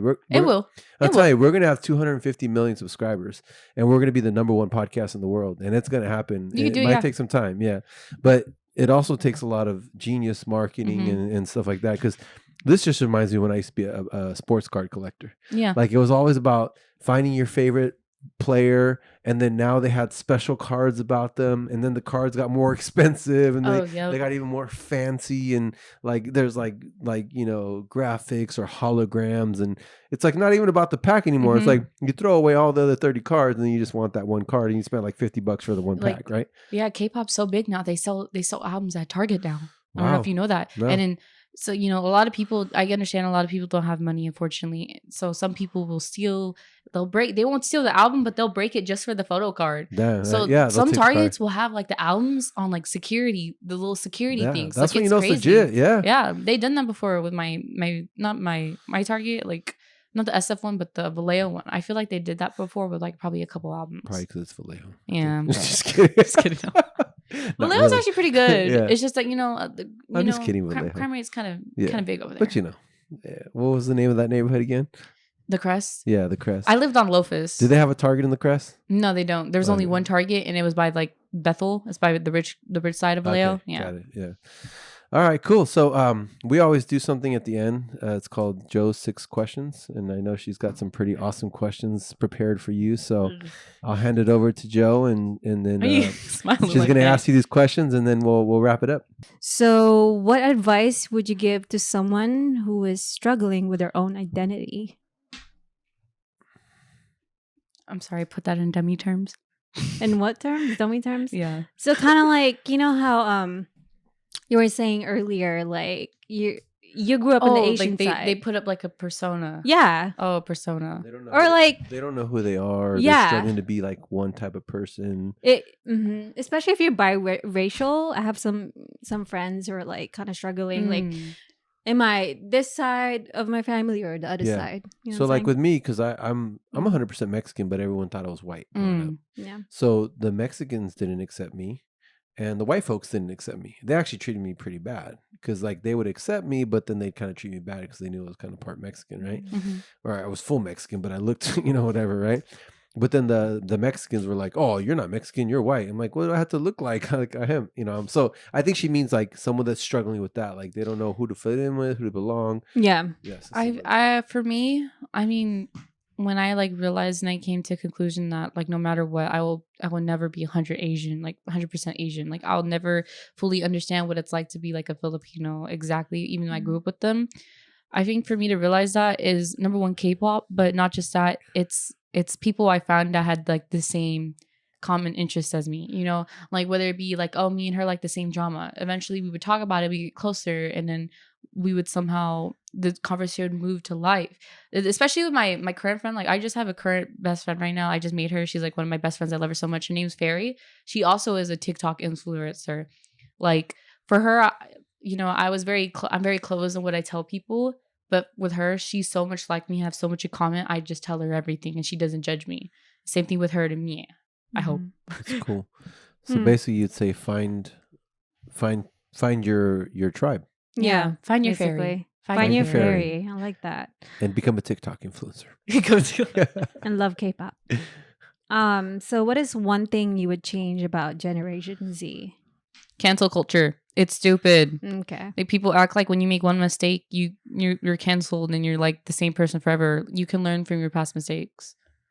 Nice. So cancel culture. Cancel culture. It's really dumb. You know, like for example, you accidentally said something that offended a lot of like Biden supporters or Trump supporters, you know, and people are automatically like hashtag Joe is over party, you know, that's cancel culture. And then whenever you change yourself, you do better, people always look back at you and be like, isn't this the girl who was like offensive towards like Trump supporters or Biden supporters? You know what I'm saying? Yeah.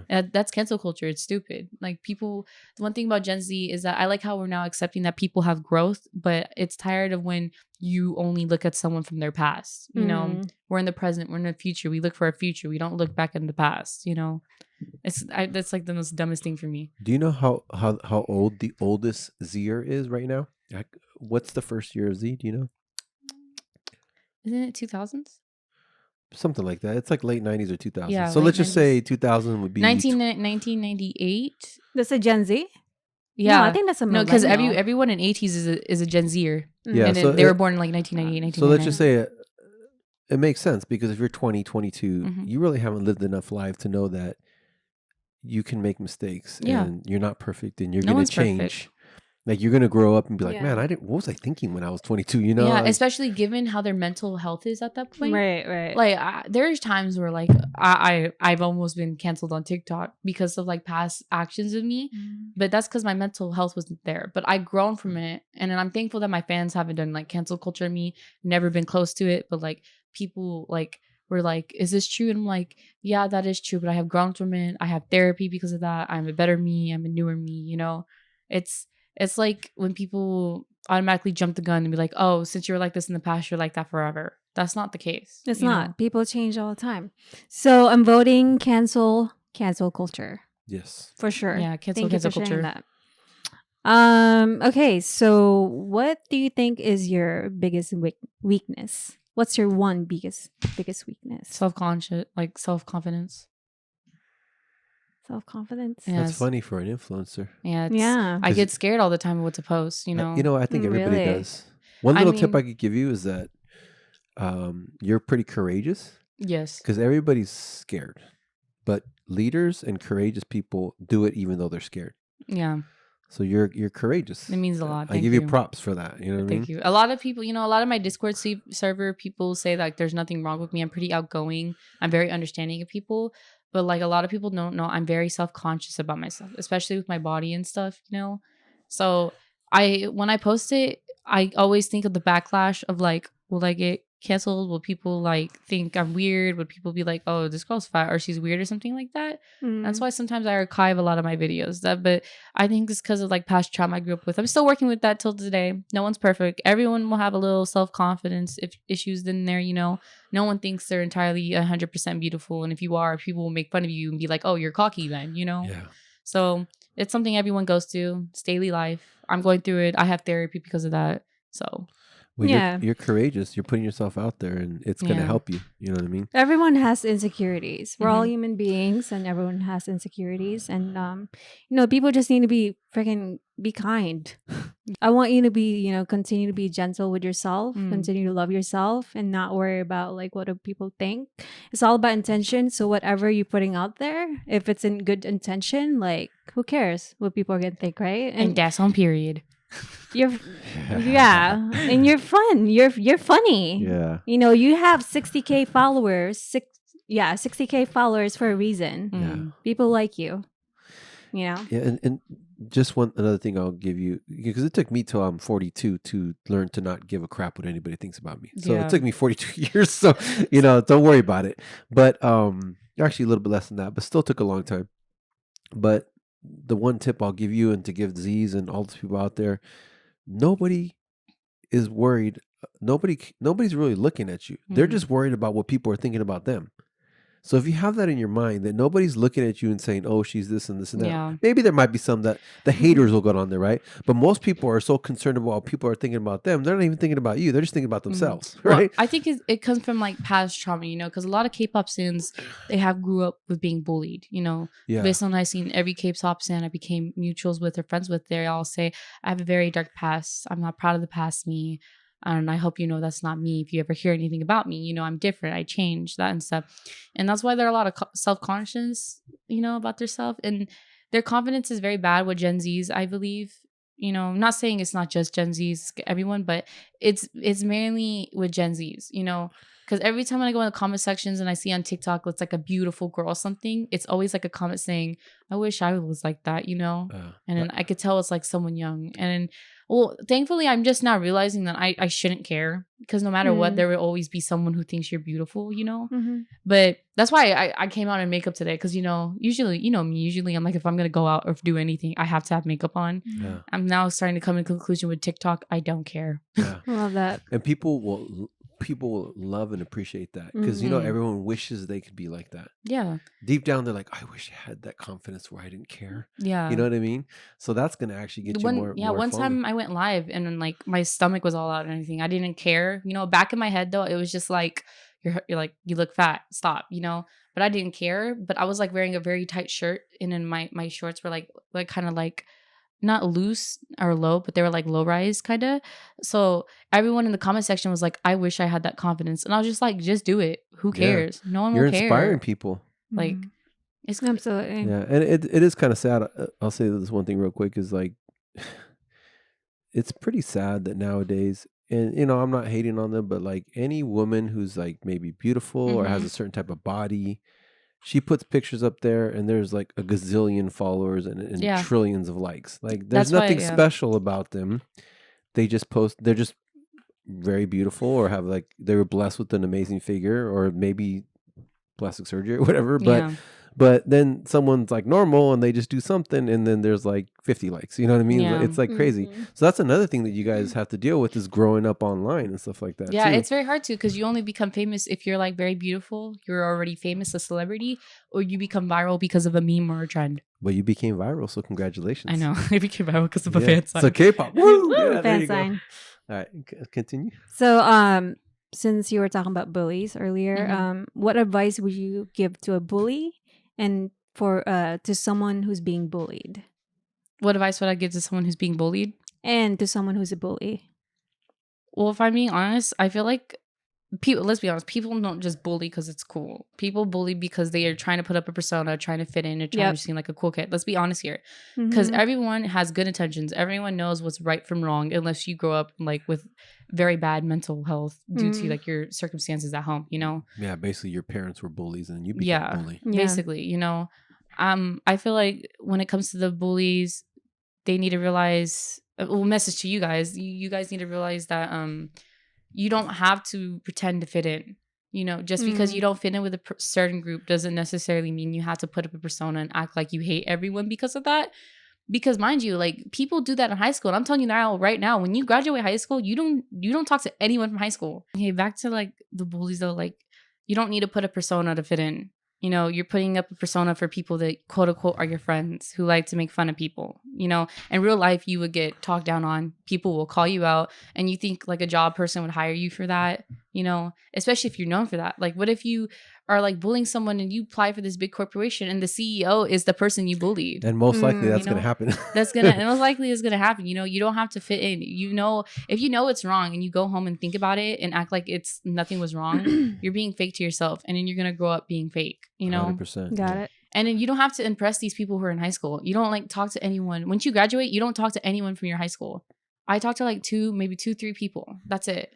Yeah. Everyone else are like people I met online or people I am meeting now till this day. You know, it's not really like, you know, I get it how you want to fit in high school. You want to be like the popular kid. You want everyone to love you, but like when you're at that young age, you should know. Thankfully, my dad told me. He gave me honest truth, and he was like, "You think everyone in this world will care for you?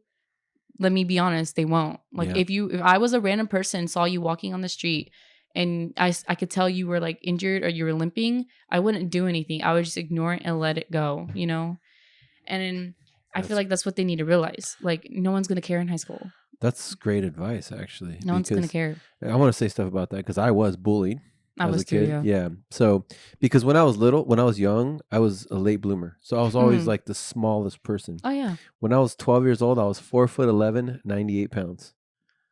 When I was 12. Oh my God. You're 4'11"? Wait, that's a good. That's is that a good? less than 5 feet tall. That's Yeah. less Not than- for a 12-year-old. Oh, For 12 okay, years, that's Yeah. not. That's especially not, a man, they okay, hit gotcha. puberty before us. Yeah. Oh, So I was okay. always the youngest, so I hit puberty a year after everybody did. So in 8th grade, you had like boys that were shaving and they're like 5'4", 5'7", like looking manly, and I'm still like a little boy. Oh, I meant they hit puberty after us. I said before us. Yeah.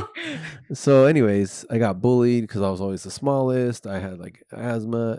And so, but then a couple things about that. Number one, it made me a better person because when I became cool, because like I changed and I became like, then I grew, I went through puberty, I was a late bloomer. I didn't treat the kids that were bullied, I would protect them, you know, like when I was part of the cool crowd. It's funny, I've been on both sides, which is like the weirdest thing, right? Same here. Yeah, I'd be like, hey, like leave them alone, you know what I mean, or whatever, and then they would just leave them alone. And number two, it makes you more mentally tough. Yeah. If you survive, you become tougher. You become tough, yeah. Yeah, someone that doesn't go through that kind of stuff, they're mentally weak. That's why with bullies, they get so hurt when you like call them out on something. You're like, oh, why are you picking on someone that size? You know, for someone given this, why do you care so much? Like, you know, and it also comes to mentality, you know, like say, for example, if like I see you have a different opinion than me, or I see you talking to someone kind of like rude or something. Of course, I'll speak up about you talking out rude. But then if you have a different opinion than me, I don't understand how it could be offensive. Right. To me, you know, like that's your opinion, you know, but there are people who get offended on other people's opinions for some reason. Like it didn't harm them. It didn't do anything mentally wrong with them. So I don't understand, you know? And then with the people who are getting bullied, I kid you not, speak up because in the long run, you're going to need therapy.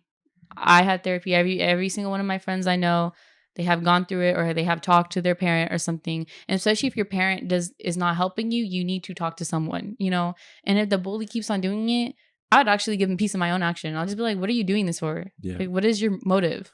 Is it to make me look dumb or something? Yeah, bullies are very weak. They are. So if they get challenged, they don't know how to act. They don't. Yeah, be careful though. If they're a lot bigger than you, don't try to take a physical thing. That's why they get so hot-headed and they're already like, let's fight. Like, fight over what? Me defending myself? Yeah. Like, grow up. We're in high school. Yeah. Is this what you do? Like, I wonder what you're going to be like when you're old, you know? And then the last thing, like how you said, like, high school's not going to matter in the future. It's not. Most kids that were cool in high school are like not cool in the future. Most people I know who were in high school and popular, they did not like, they're not doing anything. They become losers. They're just like at their parents' home. Not saying there's nothing wrong with that if they're confused with life as of right now, but you know, they're one to talk, telling me that I was going to be nothing with my life, but I'm already doing more than them, you know? Yeah, I can only speak from my experiences. The cool people in high school are basically average or losers now. Yeah. And the people that were bullied or they had a rougher, they're actually higher achievers because they had drive to because they were so bullied, they want to do something big. Their motive was George to prove them wrong. St. Pierre. Yeah. Was bullied. Yeah. The Rock. He's the GOAT. Did you guys see The Rock posted a picture of himself when he was a kid? He's like, I look like a girl. All the girls thought I was a girl. Like he was not as cool like The Rock you see now. I didn't see that photo. Go to his Instagram. He posted a picture of him as a kid. He I don't think he looked like a girl, but he said everyone thought he was a girl. Like the girls thought he was a girl. Like he was dressed like dorky. And look at him now. He's like WWE star champion. He's a actor, superstar, like so action actor, like buff. But I don't think if that would have happened to him when he was young, he wouldn't have had the drive to be such a high achiever. I agree. I mean? Yeah, also I want to say one thing about bullies and people being bullied. The bullies need help and the people being bullied need help too. So I definitely want to say, you know, be compassionate. We're all human beings, and at the end of the day, hurt people. So let's not cast out the bullies. Ultimately, like, they need help. Yeah. You know what I'm saying? And again, that casts in with, like, you know, public image, you know, based on like what is considered beautiful. You know, it's all based on like a whole power, like if the triangle, you know, like the triangle of food or something like that, you know, who's at the top and you're at the bottom. It's like that with like popularity, you know, people, if you're pretty, you're automatically popular. So that's why people, they get a lot of self-conscious about themselves because of that. They're like, maybe if I was beautiful, I'd be popular. Maybe if I was an athlete, I would be popular. You know, It's not necessarily the case. But it makes them weak because they don't have to work hard to develop any type of skills. All right. I got two more, guys. Almost all right. It's getting deep here. It's pretty deep. Wow, this is amazing. Yeah. Woo!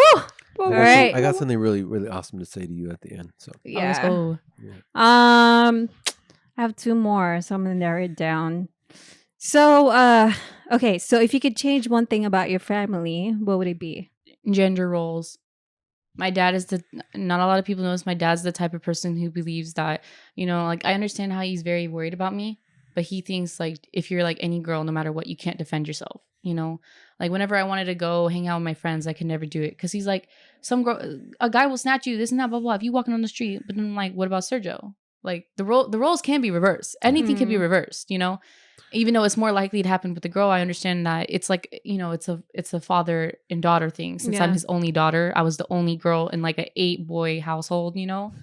I can understand. 8 boys? Yeah, there's a lot of guys who come in and out of my dad's house because he's very open to his family. So whoever needs help, even if he doesn't like you, he'll take you in, you know? I would say is that my dad needs to come to understanding that I'm a lot tougher than what I am just because of my private part, you know? My dad thinks just because I'm a girl, like I can't do certain boy things. Like have I you can't expressed fight. that? Yeah, I have, and he did. You know, like I love my dad, but one thing about him is he doesn't care. You know, he's very stubborn with his opinion. This is why he's a Trump supporter. How old is your dad? He's 40, 47, 46. Is he? So he's about my age. Yep. 3 years older than me. Yep. Interesting. And the reason why he mainly sides with Trump though is mainly because he's a businessman himself. You know, of course, if you're a That makes businessman, sense. I mean, yeah. of course, he ruined it for Republicans because of the way he was. But Mhm. if you're a businessman and you make money, you like Republicans because your Yeah. taxes are low, basically. That's the only reason why my dad likes Trump. Yeah. I feel like if it was other than that, he'd be Biden 2020, Yeah. like all the time, you know? Yeah. But my dad, he kind of plays along with the stereotypes. Like whenever it would be like, oh, it's like midnight, I don't feel like cooking. Like he'll, instead of me setting out to go get food, in the middle of the night, I'd be like, oh, I'll go get food. He'll be like, no, you're a girl. Don't. He would tell my brother, who's just a year older than me, to go, Wow. And then I remember too, when I was like junior, my brother could be left at home alone while he was a senior, but I couldn't, it's not like someone was going to break in. We had security guards, we have gates. Like, I just wish like my dad would understand. And that's just not just me too. It's a lot with Mexican and Asian families. Yeah. It's Mexicans. It's a lot Mexicans. Cause like you reminded me when I was young, cause as soon as I turned 18, even before that, I was 16 years old. My parents went to Mexico and left me alone. Mm-hmm. They would never do that for my sister. You know what I mean? Yeah. I'm 16. My parents are in a different country and I'm at the house by myself. Yeah. Of course I took advantage of it, but it's I think it has a lot to do with the Hispanic culture and maybe even Filipino, because we're all the same, conquered by Spanish, I guess. I don't know. But like that's what also you gotta like think of it too. That's why I could tell I was always the spoiled one, because I was the only girl. Like I was the youngest and I was the only girl. So it explains why I'm the first person in my family to move out of my house. Wow. And I'm the youngest. I have a brother who's 24, and I have a brother, Sergio. He didn't go to college, unfortunately. And my brother Isaiah didn't graduate high school. My dad graduated high school, but I'm going to be the first person who actually goes to college and get a college degree. That's like a very big step for me, And I'm hoping with that, I'm not doing that just to prove my dad that, I can do stuff on my own. I'm doing that for me, to show that like I didn't really need you if you weren't there for me, It's not like, I get it, my dad was looking out for me, but there's times where like I wish they would be more open, because in 2020 it's less likely that you're gonna get like harassed or like broken into, and then there's also a lot of backup plans. You always got the cops, you always got self-defense. Like it's just a matter if you can handle it. I'm pretty sure with my mental ability and how I grew up, I can handle a lot of things, Yeah, I agree. You have a good head on your shoulders. So. Yeah. I pray. Yeah. All right, one last question. Okay, where am I? So if you could change one thing about the world right now, what would it be? I that's a good question. I don't think I could think of a world. I could think of America. Maybe America. I could think of something for America. Sure. Like, I feel like I don't ever remember politics being this vicious. Like there are videos of like Trump supporters, and I'm not just saying it's just Trump supporters, even people who support Biden, like harassing people just because of their own opinion, when they haven't done anything. I feel like, if America states we are the land of the free, we are professional, mature about what we want, you should respect everyone's opinion, Okay. unless someone slanders you back, like, and they'd be like, I don't care, I don't need to listen to you, you listen to Trump or Biden, I feel like we're very mature, and especially if you're mature enough to vote, you should not slander someone for their opinion unless they make it offensive towards you. Got it. And even if it is offensive towards you, you shouldn't care, because it's not hurting you in any type of way, Like I've seen videos of people like get it, like you can support whoever you want. You can support Biden, you can support Trump. Though I don't agree with Trump, you can respect, that's your opinion. I don't understand how your opinion is going to affect me. I get it when it comes to voting. People are like, you need to vote, and that's why voting endorsement is so big now. Also, because like based on how many people who are eligible to vote, they don't vote because of voter suppression and stuff. Also because they don't know who to choose, because everybody makes every single person look bad, Like I remember when Hillary and Trump were running, my grandpa and grandma were like, I'm not voting. And I was like, why? And they're like, they're both kids. Like, are you kidding me? Like, you can still have an opinion, just because like, I don't know. I just feel like people need to be more open with certain opinions, Okay, so basically respect. Respect each other. Each other's because opinions. they would be so quick to like defend someone who had the same opinion as them. But if it's someone who had a different opinion than you would automatically hate them. Yeah. And then I don't like how people say that you can't be friends with someone who's a Trump supporter. I honestly think you can, as long as they like know their place and they know not to say certain things to you. Then yeah, for sure. I seen TikToks of people saying like, oh, you can't be friends with a Trump supporter. You can't be friends with a Biden supporter. Like, why does that matter? At the end of the day, life is life. I get it. Like America election is very important. And please, even though you can't anymore, next time it happens, vote. Go vote. That's right. Go vote. I'm going to be voting. I'll be the first one up in there, but like, I did not know voting is what makes our country. I thought it was we the people, it says it in the Pledge of Allegiance, we the people, So it's kind of like, yeah, that's what I would change.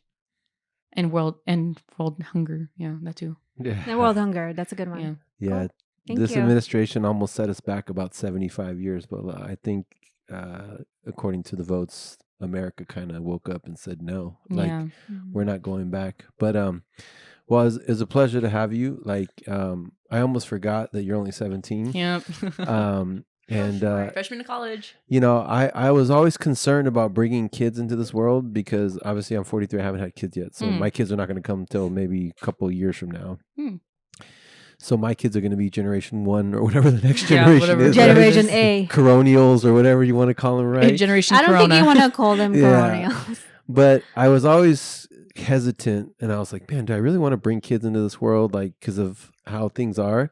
But just meeting you and learning about you and seeing how you have such a good head on your shoulders and how your generation is just a little bit more open, like, it makes me feel good. Like, you, and I don't know if all these are there, but you made me feel better about the future.